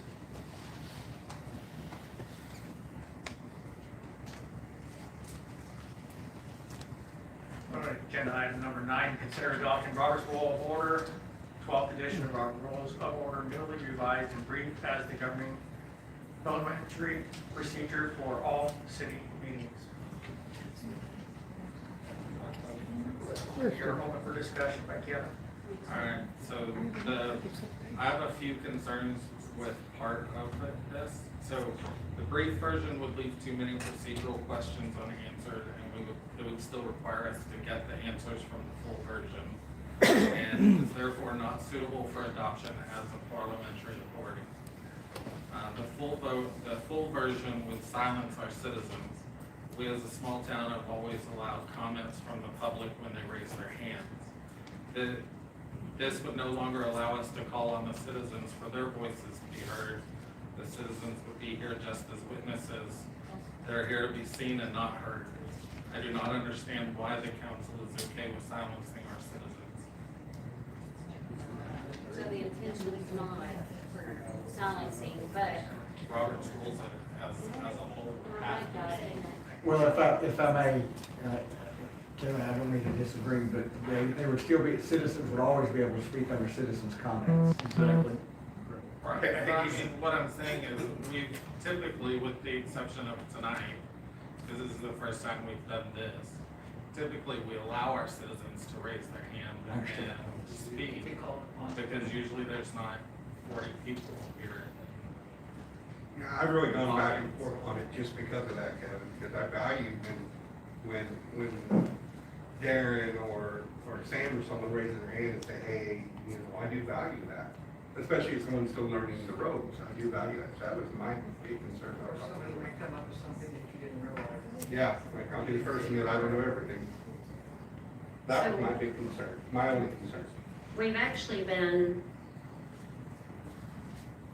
when we first got elected, well, I'm gonna say it was some more time past when we got elected in, but, it was back on that meeting, I had stated where I stood on disincorporation. But when I was watching that back again, Hector said that we do follow Robert's Rules of Order on the video. And so I was kind of surprised to see that. We all started out following it that way. But that being said, later I did ask Rebecca on it to clarify if we followed Robert's Rule of Order. And she said it came up on the agenda, but it was never officially voted on. So I feel like it would be a good idea. And like Paul said, citizens will always have a chance to be able to speak. And it would definitely prevent the screaming and yelling that happens occasionally, even when point of order is called. And if it doesn't, that gives even more reason to have somebody step out. Yeah, but what I'm saying is like, take Kim, for example, me and her don't see eye to eye on everything, but still she has the right to speak, she's a citizen. She shouldn't have to fill out a form and come up to the podium, especially when there's only 6, 7 people in here in the audience. There's no reason that we shouldn't be able to let our citizens speak when there's a small audience. Well, it's yeah, Reno's expanding greatly, Well, So we gotta think of, I agree with you, future Kevin, as well. because the fact is, the reason why I haven't allowed any, and I'm not gonna take any comments, thank you, Kim. Well, he did mention my name. Thank you, Kim, but I'm not going to, thank you. But the reason why I didn't take any comments today with raising hands is because the big group, we've got a big group, and there's a lot of people here, and I'm gonna just get a whole bunch of hands. Well, she said something, now he wants to talk about what she said, or he said, or some vice versa. So that's why I didn't do it today. Now, when it comes to small groups, okay, cool. I mean, it's easy to communicate with smaller groups. I'm okay with that. But, like you said, we do follow, or Jennifer said, we do follow the, Robert's rules, but not strictly to the Robert's rules. So, Robert's rule has always been a suggested way, and like I have found out in the past, what you just said, is that they did try voting on it. It was tabled, previous administrator, I think, through Sam White. But are you really wanting to restrict? If I may, Mayor, Yes, sir. if you'd like, I can try, I can't answer this legally. I wish our attorney was here, but she's not. I think she's up there. Is she up there? Well, perhaps, what I'm asking is I can check to find out if we can make an exception under adopt Robert's Rules of Order, but an exception to where you can call on citizens. I mean, I don't Let's know. ask her. If she's up there, we can I don't know if ask. you can or can't. I can't give legal advice on that, but I can find out as It well. looks like she unmuted. Can we hear her? Yes, I can hear, can you hear me? Oh, yes, we can. I didn't see you up there. I apologize. That's fine. So regarding parliamentary rules, they are always advisory and guidance. So if anything in Robert's rules goes against your state statute, obviously the statute's rule, if we're talking about citizens' comments, we follow the Open Meetings Act in that matter. Robert's Rules of Order is very old and it's 800 pages long. Yeah. So there is a newer Robert's Rules of Order, newly revised, which is only about 200 pages. There is, I've learned recently, another rule. It's called Rosenberg Rules of Order. It doesn't have anything to do with the city of Rosenberg, but it is much shorter, and it is specifically for small bodies. So, someone may want to look at those three choices. Again, the original Robert's Rules was to provide orders for a huge parliamentary group, not a small city council. So the one that I have on the agenda is Robert's Rule of Order, 12th edition, or the Robert's Rule of Order newly revised and brief. And you said there was, the Rosenberg's Rule of Order, and you said there was 3 options to consider? Yes, that one is not on your agenda. I've learned about this one only recently. So the Rosenberg's Rules of Order is another option. Okay, I've got that one on. We can And look that at one's more suited towards small cities? That's what she said. Okay. Yeah, I think the Rosenberg, she said, it's suited for small I was cities. having some trouble Yeah, here. and there was a lot of feedback there. I would like I would like a chance to be able to review the Rosenberg Yeah. rules too, to see if those would work better. Would be best just to table this so that we can actually get that information. If you'd like, sir, I can get that and send it to each of you. Oh, for sure. I think you can get it. That'd be awesome. Yeah, all right, so I can make the motion. Well, there, I'll make the motion to table item 9, considering adopting Robert's Rules of Order 12th edition. I've got a motion on the floor, to table 9B, and I got a second by Kevin. All in favor? Aye. Any opposed? Ayes have it. 9B is now tabled.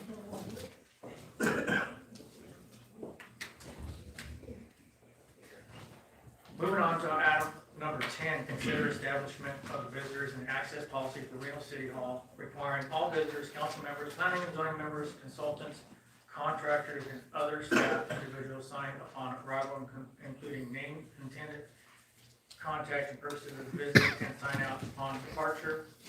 All such individuals be issued and wear a visitor's badge while inside the city hall or on city property, with consideration given to providing permanent name badges for council members and planning and zoning members.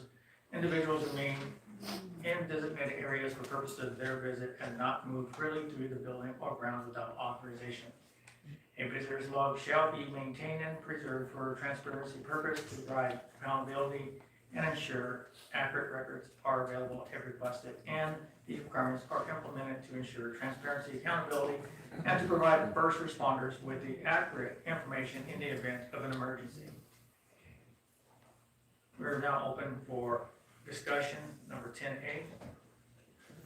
And I believe there was some It was me. comments that wanted to speak. Okay, come on up, sir.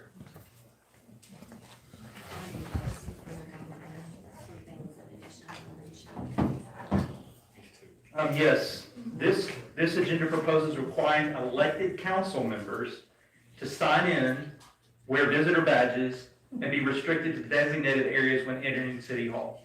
This is problematic. One, it conflicts with the city council members' official duties. Council members have statutory responsibilities under Texas Local Government Code 22.042 and related provisions that require access to city facilities to fulfill their oversight duty. Two, it treats elected officials as visitors. Council members are not visitors. They are part of the governing body with constitutional and statutory authority over city operations. It may violate the Open Meetings Act. Restricting council members' access to city property and employees could interfere with their ability to perform official duties and gather information necessary for public meetings. A potential constitutional crisis. This could be construed as an attempt by the city administration or staff to restrict elected officials' access to public facilities they are legally authorized to oversee. While true visitors to public buildings may be subject to reasonable signing requirements, elected officials are not visitors in the legal sense. They are part of the governing authority. Some jurisdictions do provide identification badges for council members, but these are typically permanent identification badges and no sign-in is required. I was asking if she put that on her comment sheet to comment on this one. Okay. Yeah. She did. She spoke at the beginning. It doesn't say she was wanting to speak during the item. Did you want to speak during the item? But the item's on there, right? It is.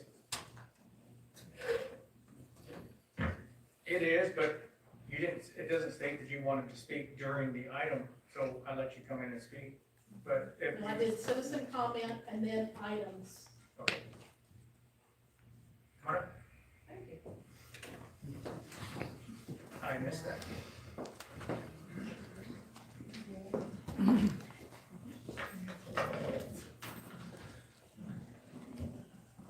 I know this is a touchy thing with some people. In the corporate world, you normally have a visitor log. You have oversight over where people can go within your facility. You're a governing body. It is not the council's place to be up in the accounting piece, entering information, answering the phones. This is where I believe the problem comes in. There has to be a separation there. For security purposes, our personnel, our city administrator, our police, our city secretary needs to know who is in this building and what business they are conducting. This isn't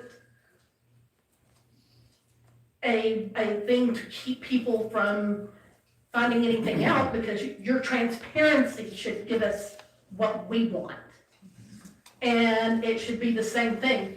You're a council person on the diocese. You're a council person when you are doing the research for your packets. But that does not necessarily mean that you have the right to come in here and inject yourself in the day-to-day operations. It was a problem when Sam was in office. He tried to do the same thing. The city employees were complaining that they weren't able to get their work done because of it. It's standard practice, and it's a good practice. So do with it what you want, but that's my thoughts on it.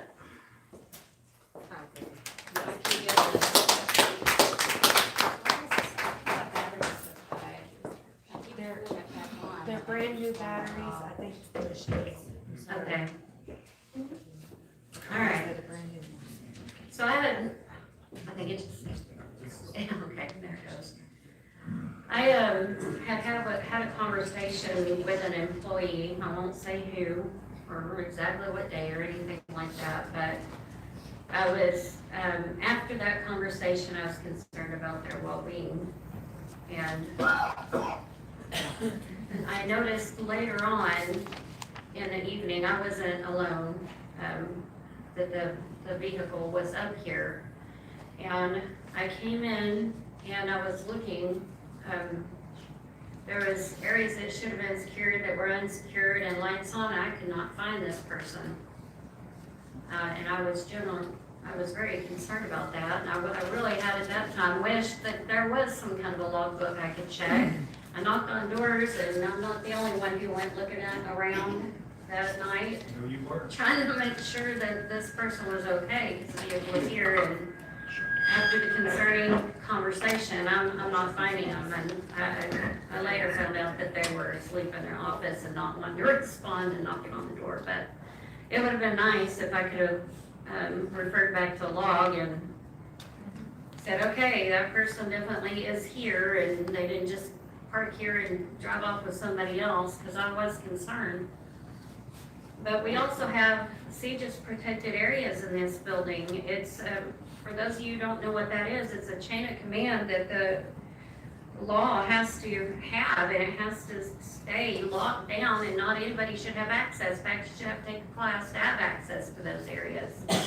Basically, it holds all evidence for police cases like drugs or rape kits or anything, and if that area is intruded on by somebody who's not legally supposed to be there, every single case in that room can be considered no good anymore, because the chain of command with the law, so I'm sure Paul can expand on that, but basically, we need that. I think that, and for emergency situations, it's very helpful if we had any kind of disaster to have that log. So I'm just going to say, I think it's extremely important, not just for emergencies and everything. So this is one that I'll keep fighting for. Mr. Lilly, what she's speaking about, the criminal records, the police logs, the whatever, are those not secured? They are. They're already secured, so I'm not gonna come find it sitting on the table right here. I'm not gonna find it in a restroom or in the hollers. They secure their stuff that they know is supposed to be secured. Is that correct? Yes, ma'am. With some of the renovations that you saw going on, that was one of the reasons why now you have to go through 2 locked doors, coded doors, before you can get access to that area. That was part of the renovation. Correct. So any legal stuff, any pending stuff, any investigating stuff that has to do with the police department or investigations, that's under lock and key. Kevin doesn't have access, I don't have access, Ted doesn't have access. Only the people that are working in that department have access to that stuff. And then certain people have access in their department that other people, for their own personal stuff, and then somebody else has their own personal stuff. So I don't think that the CJIS thing is really a big deal, as far as, I'm not worried that the police department is not going to lock down what they know they're supposed to lock down. I remember the part where I said I was up here with another member, and that there was areas unsecured, and I wished I had a log, but that was before Paul was even here. Okay, so but that's a security issue, it's the not. door was wide open. That's on the police department. That's a security issue, it's not a login It's like issue. just in the police department, but it was open, it was unsecured. I mean, How many of us have, keys to this building? Yeah, I it's a concern. I would rather have a log that I could refer to in an instance like that. So, Why do you not want a log? No, it's not that I mean, I could care less, but I think what Kim was referring to, and this is really, okay, we can say it's touchy or whatever. When I had made an appointment a few years ago with Rebecca to meet her, and I went to meet with her, and I was not allowed to walk through the council chambers to go to her office. I was not allowed to walk through because it was a CJIS area. This was a CJIS area. So I wasn't allowed to walk back there to go meet her, so she had to come up here to meet me in the hallway up here because I wasn't allowed to walk through. That's in the past, it was over with, it's done with. And I have no idea why. You weren't here. One of my Yeah, predecessors before. declared so much of the building a CJIS area, that was Right, I mean, that incorrect. doesn't make any difference. I simply asked her if she had time, and so I came up here, and I was to meet with her, and I wasn't allowed to. Answering the phones, when you're shorthanded, and let's not pretend we're not shorthanded, we're always shorthanded. I was up here answering the phones for a week, somebody was on vacation. We could have closed down City Hall for a week, it was needless. That was stupid. It didn't cost us any extra money, and I sat right up there and I helped the customers. I answered the phones. I volunteer time up here, I volunteer time out in the city, I pick up, But that, I'm CJIS certified, I can take a water bill, I can take a water payment. You know, it's, none of that has anything to do with what's on the agenda. This is regarding having a log, and I think we should have one. Bottom line, not whether you work up here volunteering and whatnot, because so I. Many of us spend many hours up here and in our communities and at church, but specifically, okay, this is for a log. if you come up here to do I'll fill whatever out it a is you're log. gonna do, you could go pick up your badge, and if your badge is missing, then that means you have it. Do you need to write down that I went to see Rebecca, and then I went to see Kara, willing to. and then you come back? I don't get why you wouldn't. This is just kind of dirty. It takes like 60 seconds.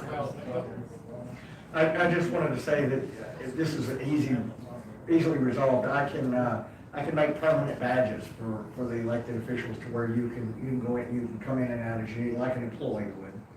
That's not an issue. I would just, You're just saying wearing a badge, but you're not really saying that they have to use the badge to come into the building, No. correct? no. No. Go ahead. alright, so part of our job as council is fiscal responsibility, right? We never budgeted for name tags, so that would be a new line item for the budget. We've spent a lot of money so far on renovations on the building. I don't know that we should add name tags to that expense that we've spent so far. Also, citizens have every right to walk around unsecured areas of the property and the building as taxpayers. Limiting their access to a public building or a parking lot is a violation of their rights. If they are to be in a secure portion of the building or property, they should be escorted at all times, and the employee escorting them should be responsible for them. The council as elected officials should have access to the city secretary, city administrator, and city attorney at all times. They report to us as the governing body.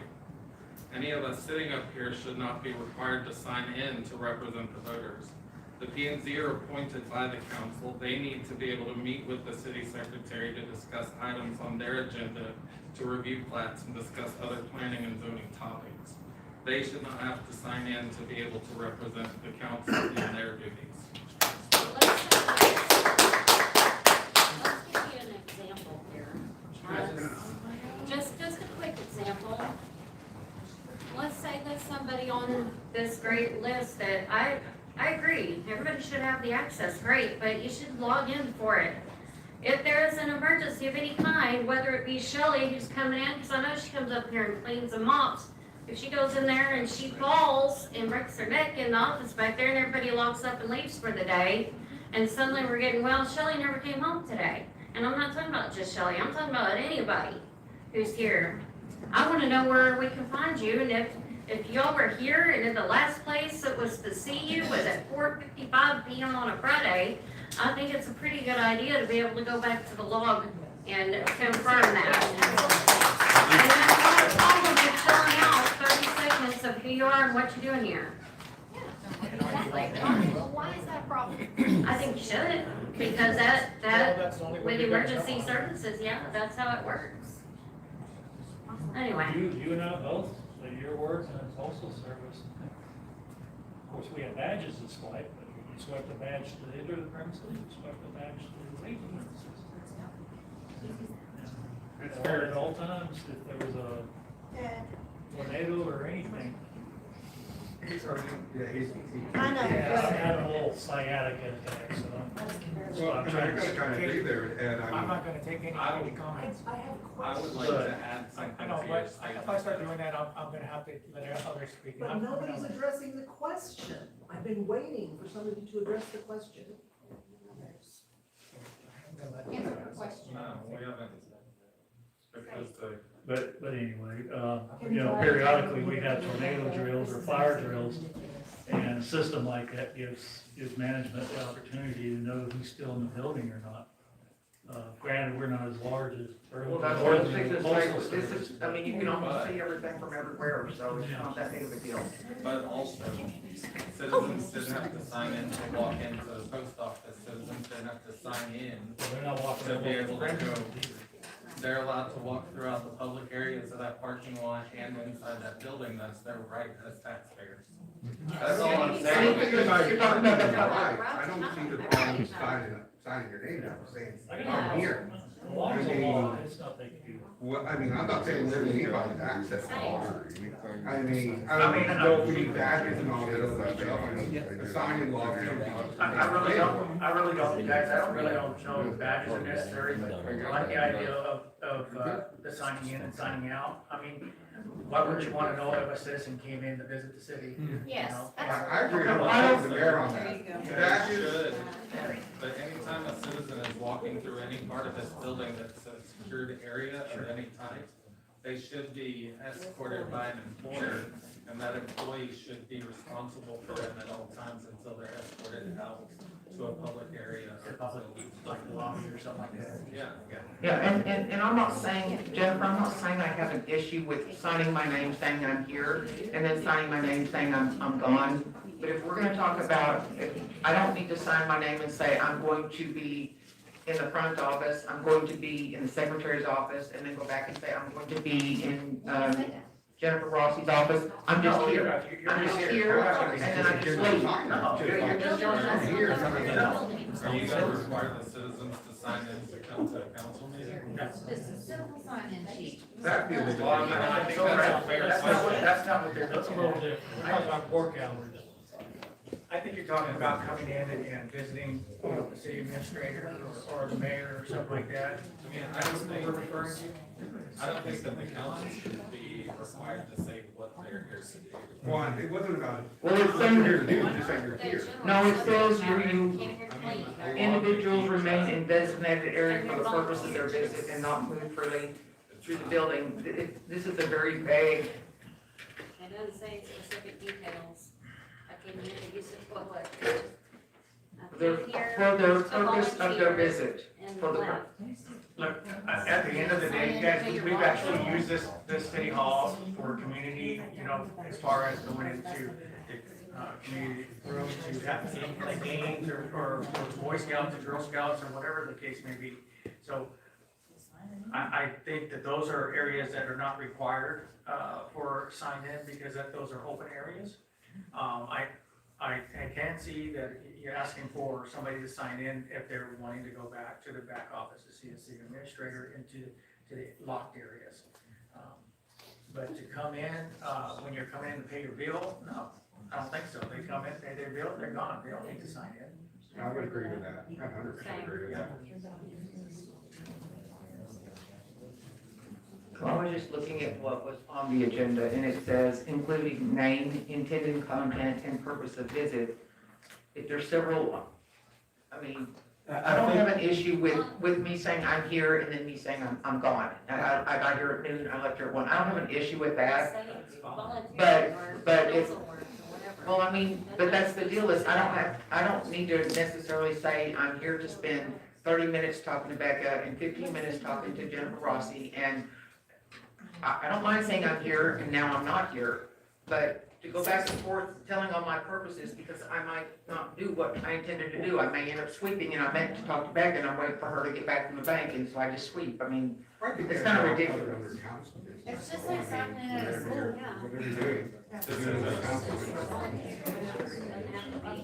Well, I'm just reading what the agenda says. I understand what you're saying. I was just gonna say, if I may, I think this was written more toward non-employees, Can't hear.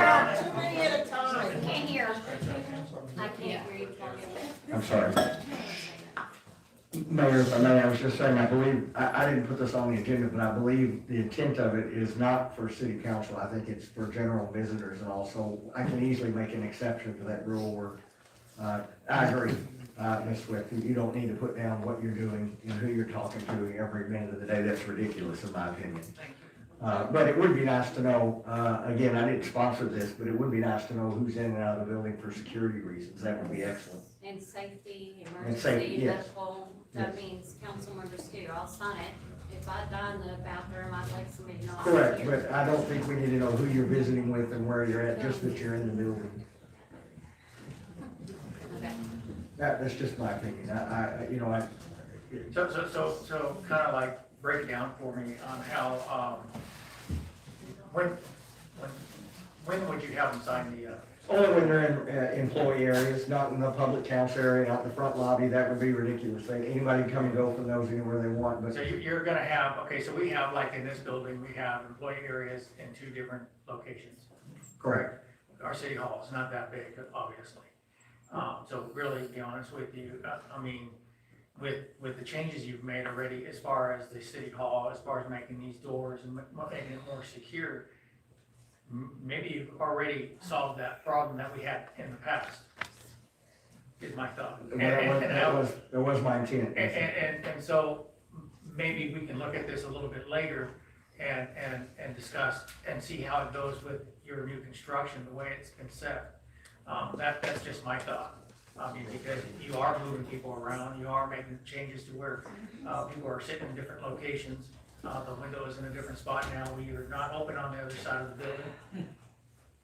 Right, so we've created one central lobby where you can come in and get everything done from one location instead of having to go around. I think council, I mean, I know this is a big discussion and everybody has a different view and stuff like that, but at this point, I think you guys should probably maybe table this and see how the new changes have taken place in the city. One last question. Yes, sir. So for council, all we're doing is signing and saying we're here. We hear you. For council, all we're signing and saying, hey, we're here, council duties, and then, hey, we're leaving. That's the extent of it. The idea is to stop visitors from going places, people that don't have any ties to the city from going places they're not supposed to be without an escort, correct? That and in case of emergencies. Okay. All right, no, we can do this. But if the council members and the people don't have to sign in, ready to vote, or we make. Yeah, since everybody's done. I'm citizen too, I can ask questions. Okay, but we're not allowed to ask questions. She wasn't allowed to ask a question. Point of order there. I'm gonna make a motion to consider, or to establish a Use your visitor mics. access. Hers does keep going on and off for Yeah. some reason. Thank you. She'll try to speak up. Maybe not. A motion to create a visitor and access policy for the Reno City Hall. To include a visitor log that states who you are and what time you came, what time you left, and a general reason for being here on the visitor log? No, I mean, for any visitors going to any other area of the city hall, I would recommend that we include an escort for the citizens. If they're gonna go talk to Mr. Lilly, they should be escorted back to his office. Yeah, I agree. I can include that. So not just a visitor log, but also saying that any visitors here, any citizens need to go across the building, that they will have an escort from either a city employee or a council member. I'm sorry, and I don't wanna stop you with what you're saying, Jennifer, but are we making the proper motion? It says to consider establishment of a visitor and access policy. Would that be something that would have to be written up and then voted on? Or is that a legal question? I think we can make a motion to start the log, Yeah. yeah, without having to draw up a resolution. Well, I was just looking at the, no, I was just saying consider an access policy. That's what the agenda states, and that's what I'm asking is, if we make a visitor and access policy, is that a policy that's going to have to be written up? With one motion. Well, I We don't need know to that visit it, it further. I don't know that it has to be a policy, just a visitor log. Yeah. Okay. Okay, so we got a motion on the floor. Are you gonna amend that motion, or are you gonna keep the way that your motion is? No, I'm gonna switch it. All right. And the city secretary brought up a good point. We can add this to the personnel handbook as well. That's the easiest addition. All right, I got a motion on the floor to pass 10B with those stipulations that Jennifer just gave, and I got a second from Kevin. All in favor? Aye. Any opposed? Ayes have it, 10B passes.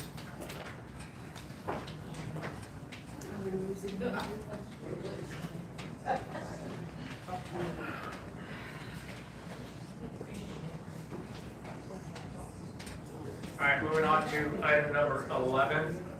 Consider directing the city attorney to include on all present and future invoices submitted to the city of Reno the names of any council member or the mayor who engaged the city attorney for initiating the field work, along with the date, general subject matter, and method of engagement. 11A is open for discussion. I'd like to make a statement. Okay, go ahead and make a statement. This doesn't make any sense. We already have,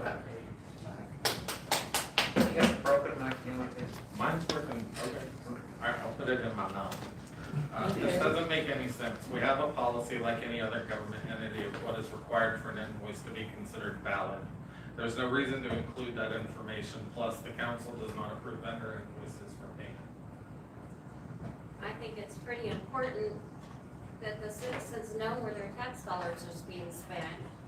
And if some of us have been restricted from contacting the city attorney, and some of us have over access, I think it's fair that the citizens know where their money's being spent on attorney's fees. Couldn't you do like an open records request to? Why should we have to do that, or why should Well, no, I'm the just. citizens have to do that? Why not just provide it? The citizens would already have to do an open records request to see that. Well, that's what I'm thinking, is it kind of, aren't we already kind of doing that? They can just ask in a public information request if they want to know what the attorney bill is or something, and then whatever is legal, they'll be given. I mean, I don't know why we're even talking about it. I don't know why we're trying to ask one vendor for special information if we're not asking any other vendor. I'd say because there's an ongoing, we budget for a certain amount that we're supposed to spend on the city attorney. And I think it's fair to know who's using up all of the budget for that. I think it should be fair and equal access to everybody. I think that should be. And the citizens should have obvious transparency without having to go looking for it. I mean, they're already gonna have to ask for it, but I think them including that in the email when they send the invoice, that would be acceptable, but adding that information to the invoice is just an extra step for the invoice that we're not requiring any other vendor to do. This should be required on the invoice. It should be taken a step further, and it should be summaried on when we do our meeting minutes and approvals once a month. But it should be included in that. I don't disagree with that at all. I think it would be just like kind of like what Kevin said, any other vendor, I mean, if you want to, it should be in a council packet, if your line, if it shows that you spent $1,000 this month on tennis shoes, then that invoice should be broken down, that we bought 10 pairs for each department or whatever, and I mean, I don't think that it's extra work to put the packets together, but we're already gonna see what we're spending each month in our packets. We'll know how much we're spending, and they could always, I mean, give the invoices or give a log of, you know, the charges in our council packets, but as far as the citizens, I mean, you can't just put all that information out there because it's just too much. If they wanna know something, then that's what the public information requests are for, and they can request it and they can get whatever it is. Whatever's legal, they can get it. I don't Yeah, think that's because far enough. I mean, like if any of us ask for anything, right, and they provide it. They normally, I don't know why, the Email, staff, hey, this is for services provided for so-and-so on such and such item, here's the invoice. And it should be in that email, that should be in there. And the city secretary can tell us about that type of stuff, but we can talk about how much we spend each month when we do our financial statements. But as far as specific duties that the attorneys are carrying out, that's, You know, I don't think that's legal for the citizens to have who they're doing the work for, which department. I think it's legal to know how much is being spent, Absolutely. but, I mean, how much we're actually paying so-and-so $1,000 a month, or however much, I mean, that's, But the it's specific- taxpayer money, but specifically we're paying it for tennis shoes or for, contacted legal counsel in the past 2 weeks, the most, on When a they, daily basis. that's what I was trying to intervene, but you guys stop talking, but when they send the bill, they have a breakdown of, you know, they're responding to an email, and they charge you for a certain line item, they charge you for another email on a line item cost. Or a phone call made with the mayor, or a phone call made with the city secretary, or a phone call made with the city administrator. They have all of that broken down in their billing system. So it's already there. Requested. So it's already on there? Yes. Okay, so then it's already there. I think it should be, like I said, I I mean, think it but should be he's saying listed it's every already single there. time. And that On would be who something, and that what. would be something that the secretary would have to provide you with. And I think we should add that. Is that But something you right can now- provide, Rebecca, if we wanted that? yes. It's just like a log, it's just like, So they it's were on like a call, log they that talked for says, 15 minutes, hey, and yeah. it was Dottie, and they talked for, sent an email to Alan, and then the charge is right for the site. That's the one we've gotten. There are no invoices that are secret from the council. We can go there and ask when we see such and such. Yeah, I a don't folder, think, and you I can don't do think that. I've ever. And we can add in a the last summary of couple years, that's been denied access. each council Yeah. member. Yeah, I mean, they start denying access, then you get a problem. I understand that, I agree with that. Rebecca, So I pulled up an invoice, it has it separated out to who talked to which attorney, part of the folklores. And then it also gives, like, if it was an hour, 30 minute or anything like that. Now, if y'all, I know that's not part of this request, but y'all can send an email requesting that, when we receive a invoice from them, that I, or who takes my place, can blind CC everybody and keep it open that way. But it gives y'all a breakdown. They've been doing that for the past year and a half. I'm not saying it's always been like that, but it has for the past year and a half, just because we had internally some employees that were emailing them constantly, not realizing that it was costing that much. Because a 5-minute question cost you at least 30 minutes, and they didn't realize that because they don't do the billing. That's when we started having it broke down per council member's request. I don't know, can't quote who did it then, because that was a long time ago, but it is broke down. So then we already do that? so I want that. Yes. On our reports that we see at least once a month, that breaks down each category for who and total amounts. Okay, so we get that invoice monthly, so do you want me to start blind CCing the bills, the attorney bills? I mean, that, Part of the packet, right? I mean, Yeah, it could be part of the packet. Yeah, that's just extra work if you just do it on the side, just put it in with the, like the finances, the financial packet. I'll let Jennifer know to include that in her reports. That will be concerned. So then I guess there's no motion for that one. Okay. So we're done with that one? Yeah. Make a motion to, Well, oh, no action? Did you say no action? That's fine. Did That's you, fine. go ahead and say it. No action. Make a motion for no action. Okay, got a motion on the floor for 11B, no action. Do I have a second? Second. Second by Shelley, all in favor? Aye. Any opposed? No motion taken on 11. No, Shelley did.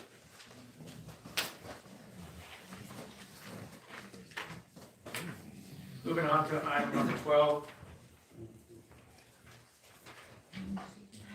Consider authorizing the city administrator to start the process of searching for a new city attorney. Item number 12A, discussion to consider authorizing the city administrator to start the process of searching for a new city attorney. Open for discussion.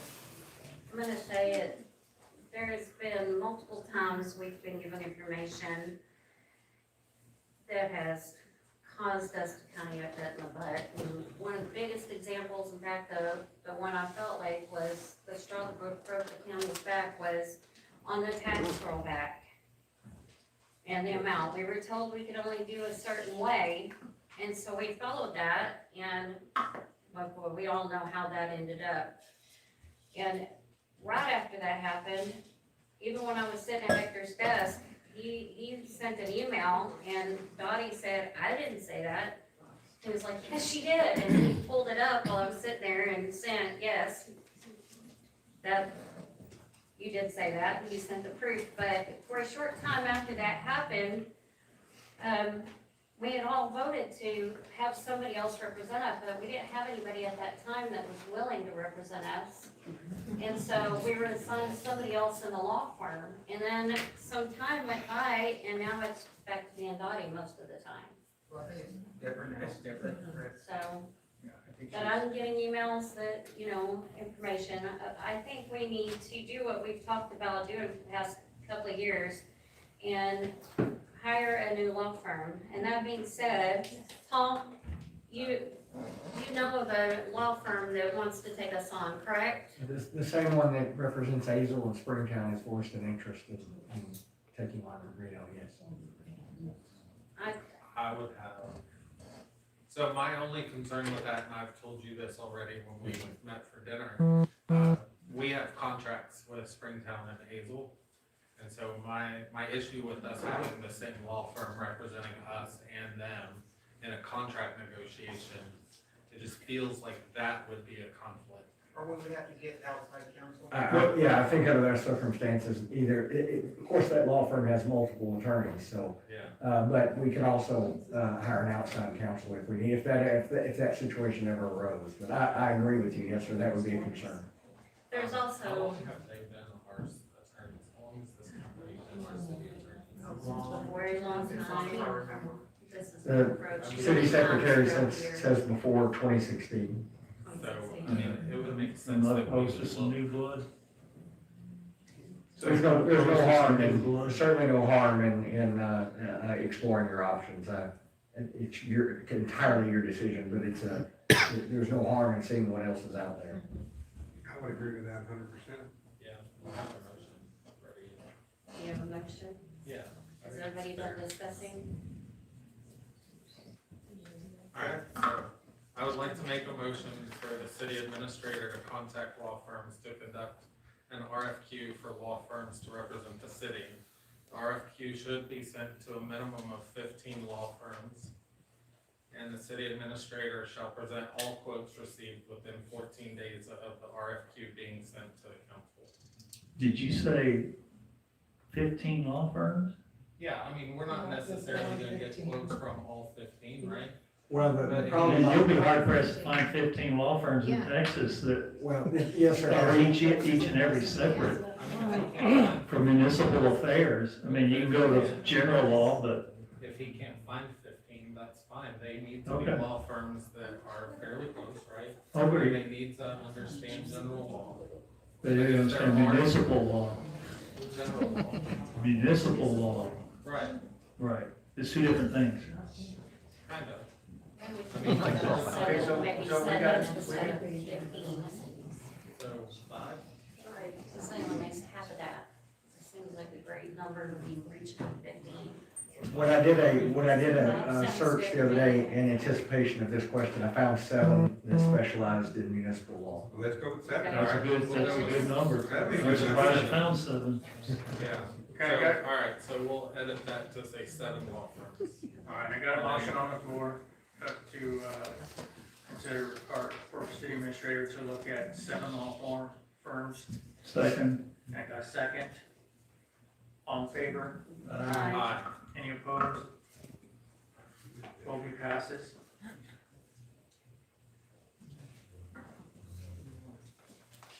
Just once you figure that out, then you'll get back to us when we are able to view those rankings.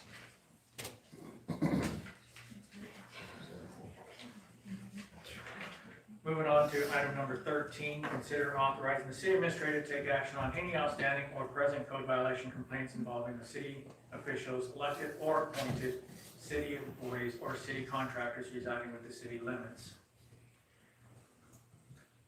13A for discussion is now open. I believe I have Kim White that wants to speak on that.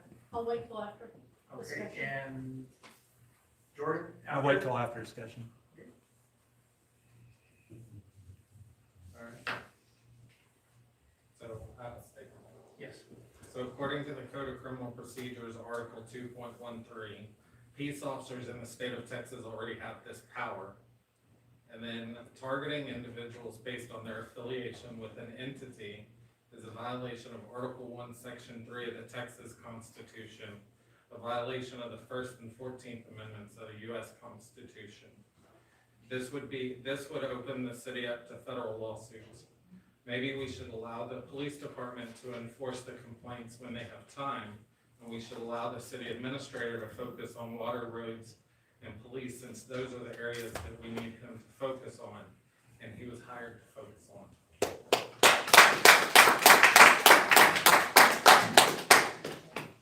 That being said, I know that I've had a conversation with you before when you tried to address a problem, a concern, a code violation, and the answer was, well, they've been trying to get rid of me for a long time, with no real answer. And at that point, I think you said that there was gonna have to be some sort of a resolution to it at some point, and then all of this happened. Yes, ma'am. Well, and a lot has transpired since then. The absolute imperative is that we treat everybody equally and impartially when we're enforcing our ordinances, no matter what position they hold, no matter what their name is, it doesn't matter. And for that reason, I sent one of our employees just this past week to a 40-hour school where he's now eligible to become a certified code enforcement officer, and that will be the first time, I believe, the city of Reno's ever had that. Where we've had a certified one, now we've had code enforcement, but have they actually gone through the? I know we've had contractors in the past. Oh, okay, I understand. Well, regardless, I want to get us to where we have a state licensed and certified. Now, that's not required by law. You don't have to have that. That's just the level that I'm trying to get us to.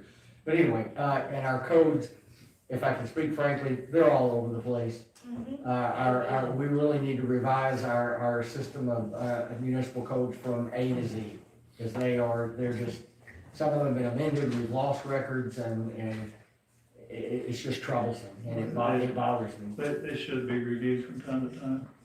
I agree. And there is a company out there now that specializes in that, and lots of cities use, and they'll go in and completely revise everything and then present it to us. We had them do it, I'm sorry. Yeah. But if we've had that done in the past, I apologize. I'm limited to what I know. I've been here less than 90 days, so. I would encourage us, with your permission, to revisit our codes. I get nervous in doing some of the things that some of our codes specifically say you shall do. It brings me great concern. But I believe, Paul, that you have that ability to do that now and propose those changes to us. Yes. Yeah, I mean, we don't have to vote on you to go and look, I mean, you can just go through it, you see something that needs to be changed and propose it to us. So we Well, don't- and again, I didn't have anything to do with the agenda in this item on there, but certainly I'll be happy to do that. Yeah. But none of my statements are false, correct? Article 2.13, That's Code correct. of Criminal Procedures, y'all can already do that, We can, any peace officer can enforce the city municipal code, yes, sir. so. I mean, The there's reason really I put nothing. things on here is so we can all discuss, because if we can't discuss it together like this, we create a quorum. Right. So we need this discussions, but it sounds to me like the more appropriate thing would be to do an overhaul of all of our, 100%. I think you're spot on, man, that would be ideal. Now, that's gonna take me some time, something I can do in a week or two. Yeah, I mean, it's a 6-month process minimum, so. Starting So with maybe the it's like comprehensive plan at the end. a no action on this. I would say so, because there's nothing, That way there's we nothing to go bring it over, up. no changes. Since But we- if I can say, I do think you all should be applauded for discussing it. So, Thank you. this would be item 13 and 14, so it's about the same thing, basically. I mean, the police are still gonna be able to handle 14 also. Correct. Yeah, So I so would, 13 and 14. so I would make a motion to take no action on 13 and 14. Got a motion on the floor for items number 13 and 14, no action. Do I have a second? I second it. Second by Ed Payne, all in favor? Aye. 13, 14 is no action. Same time.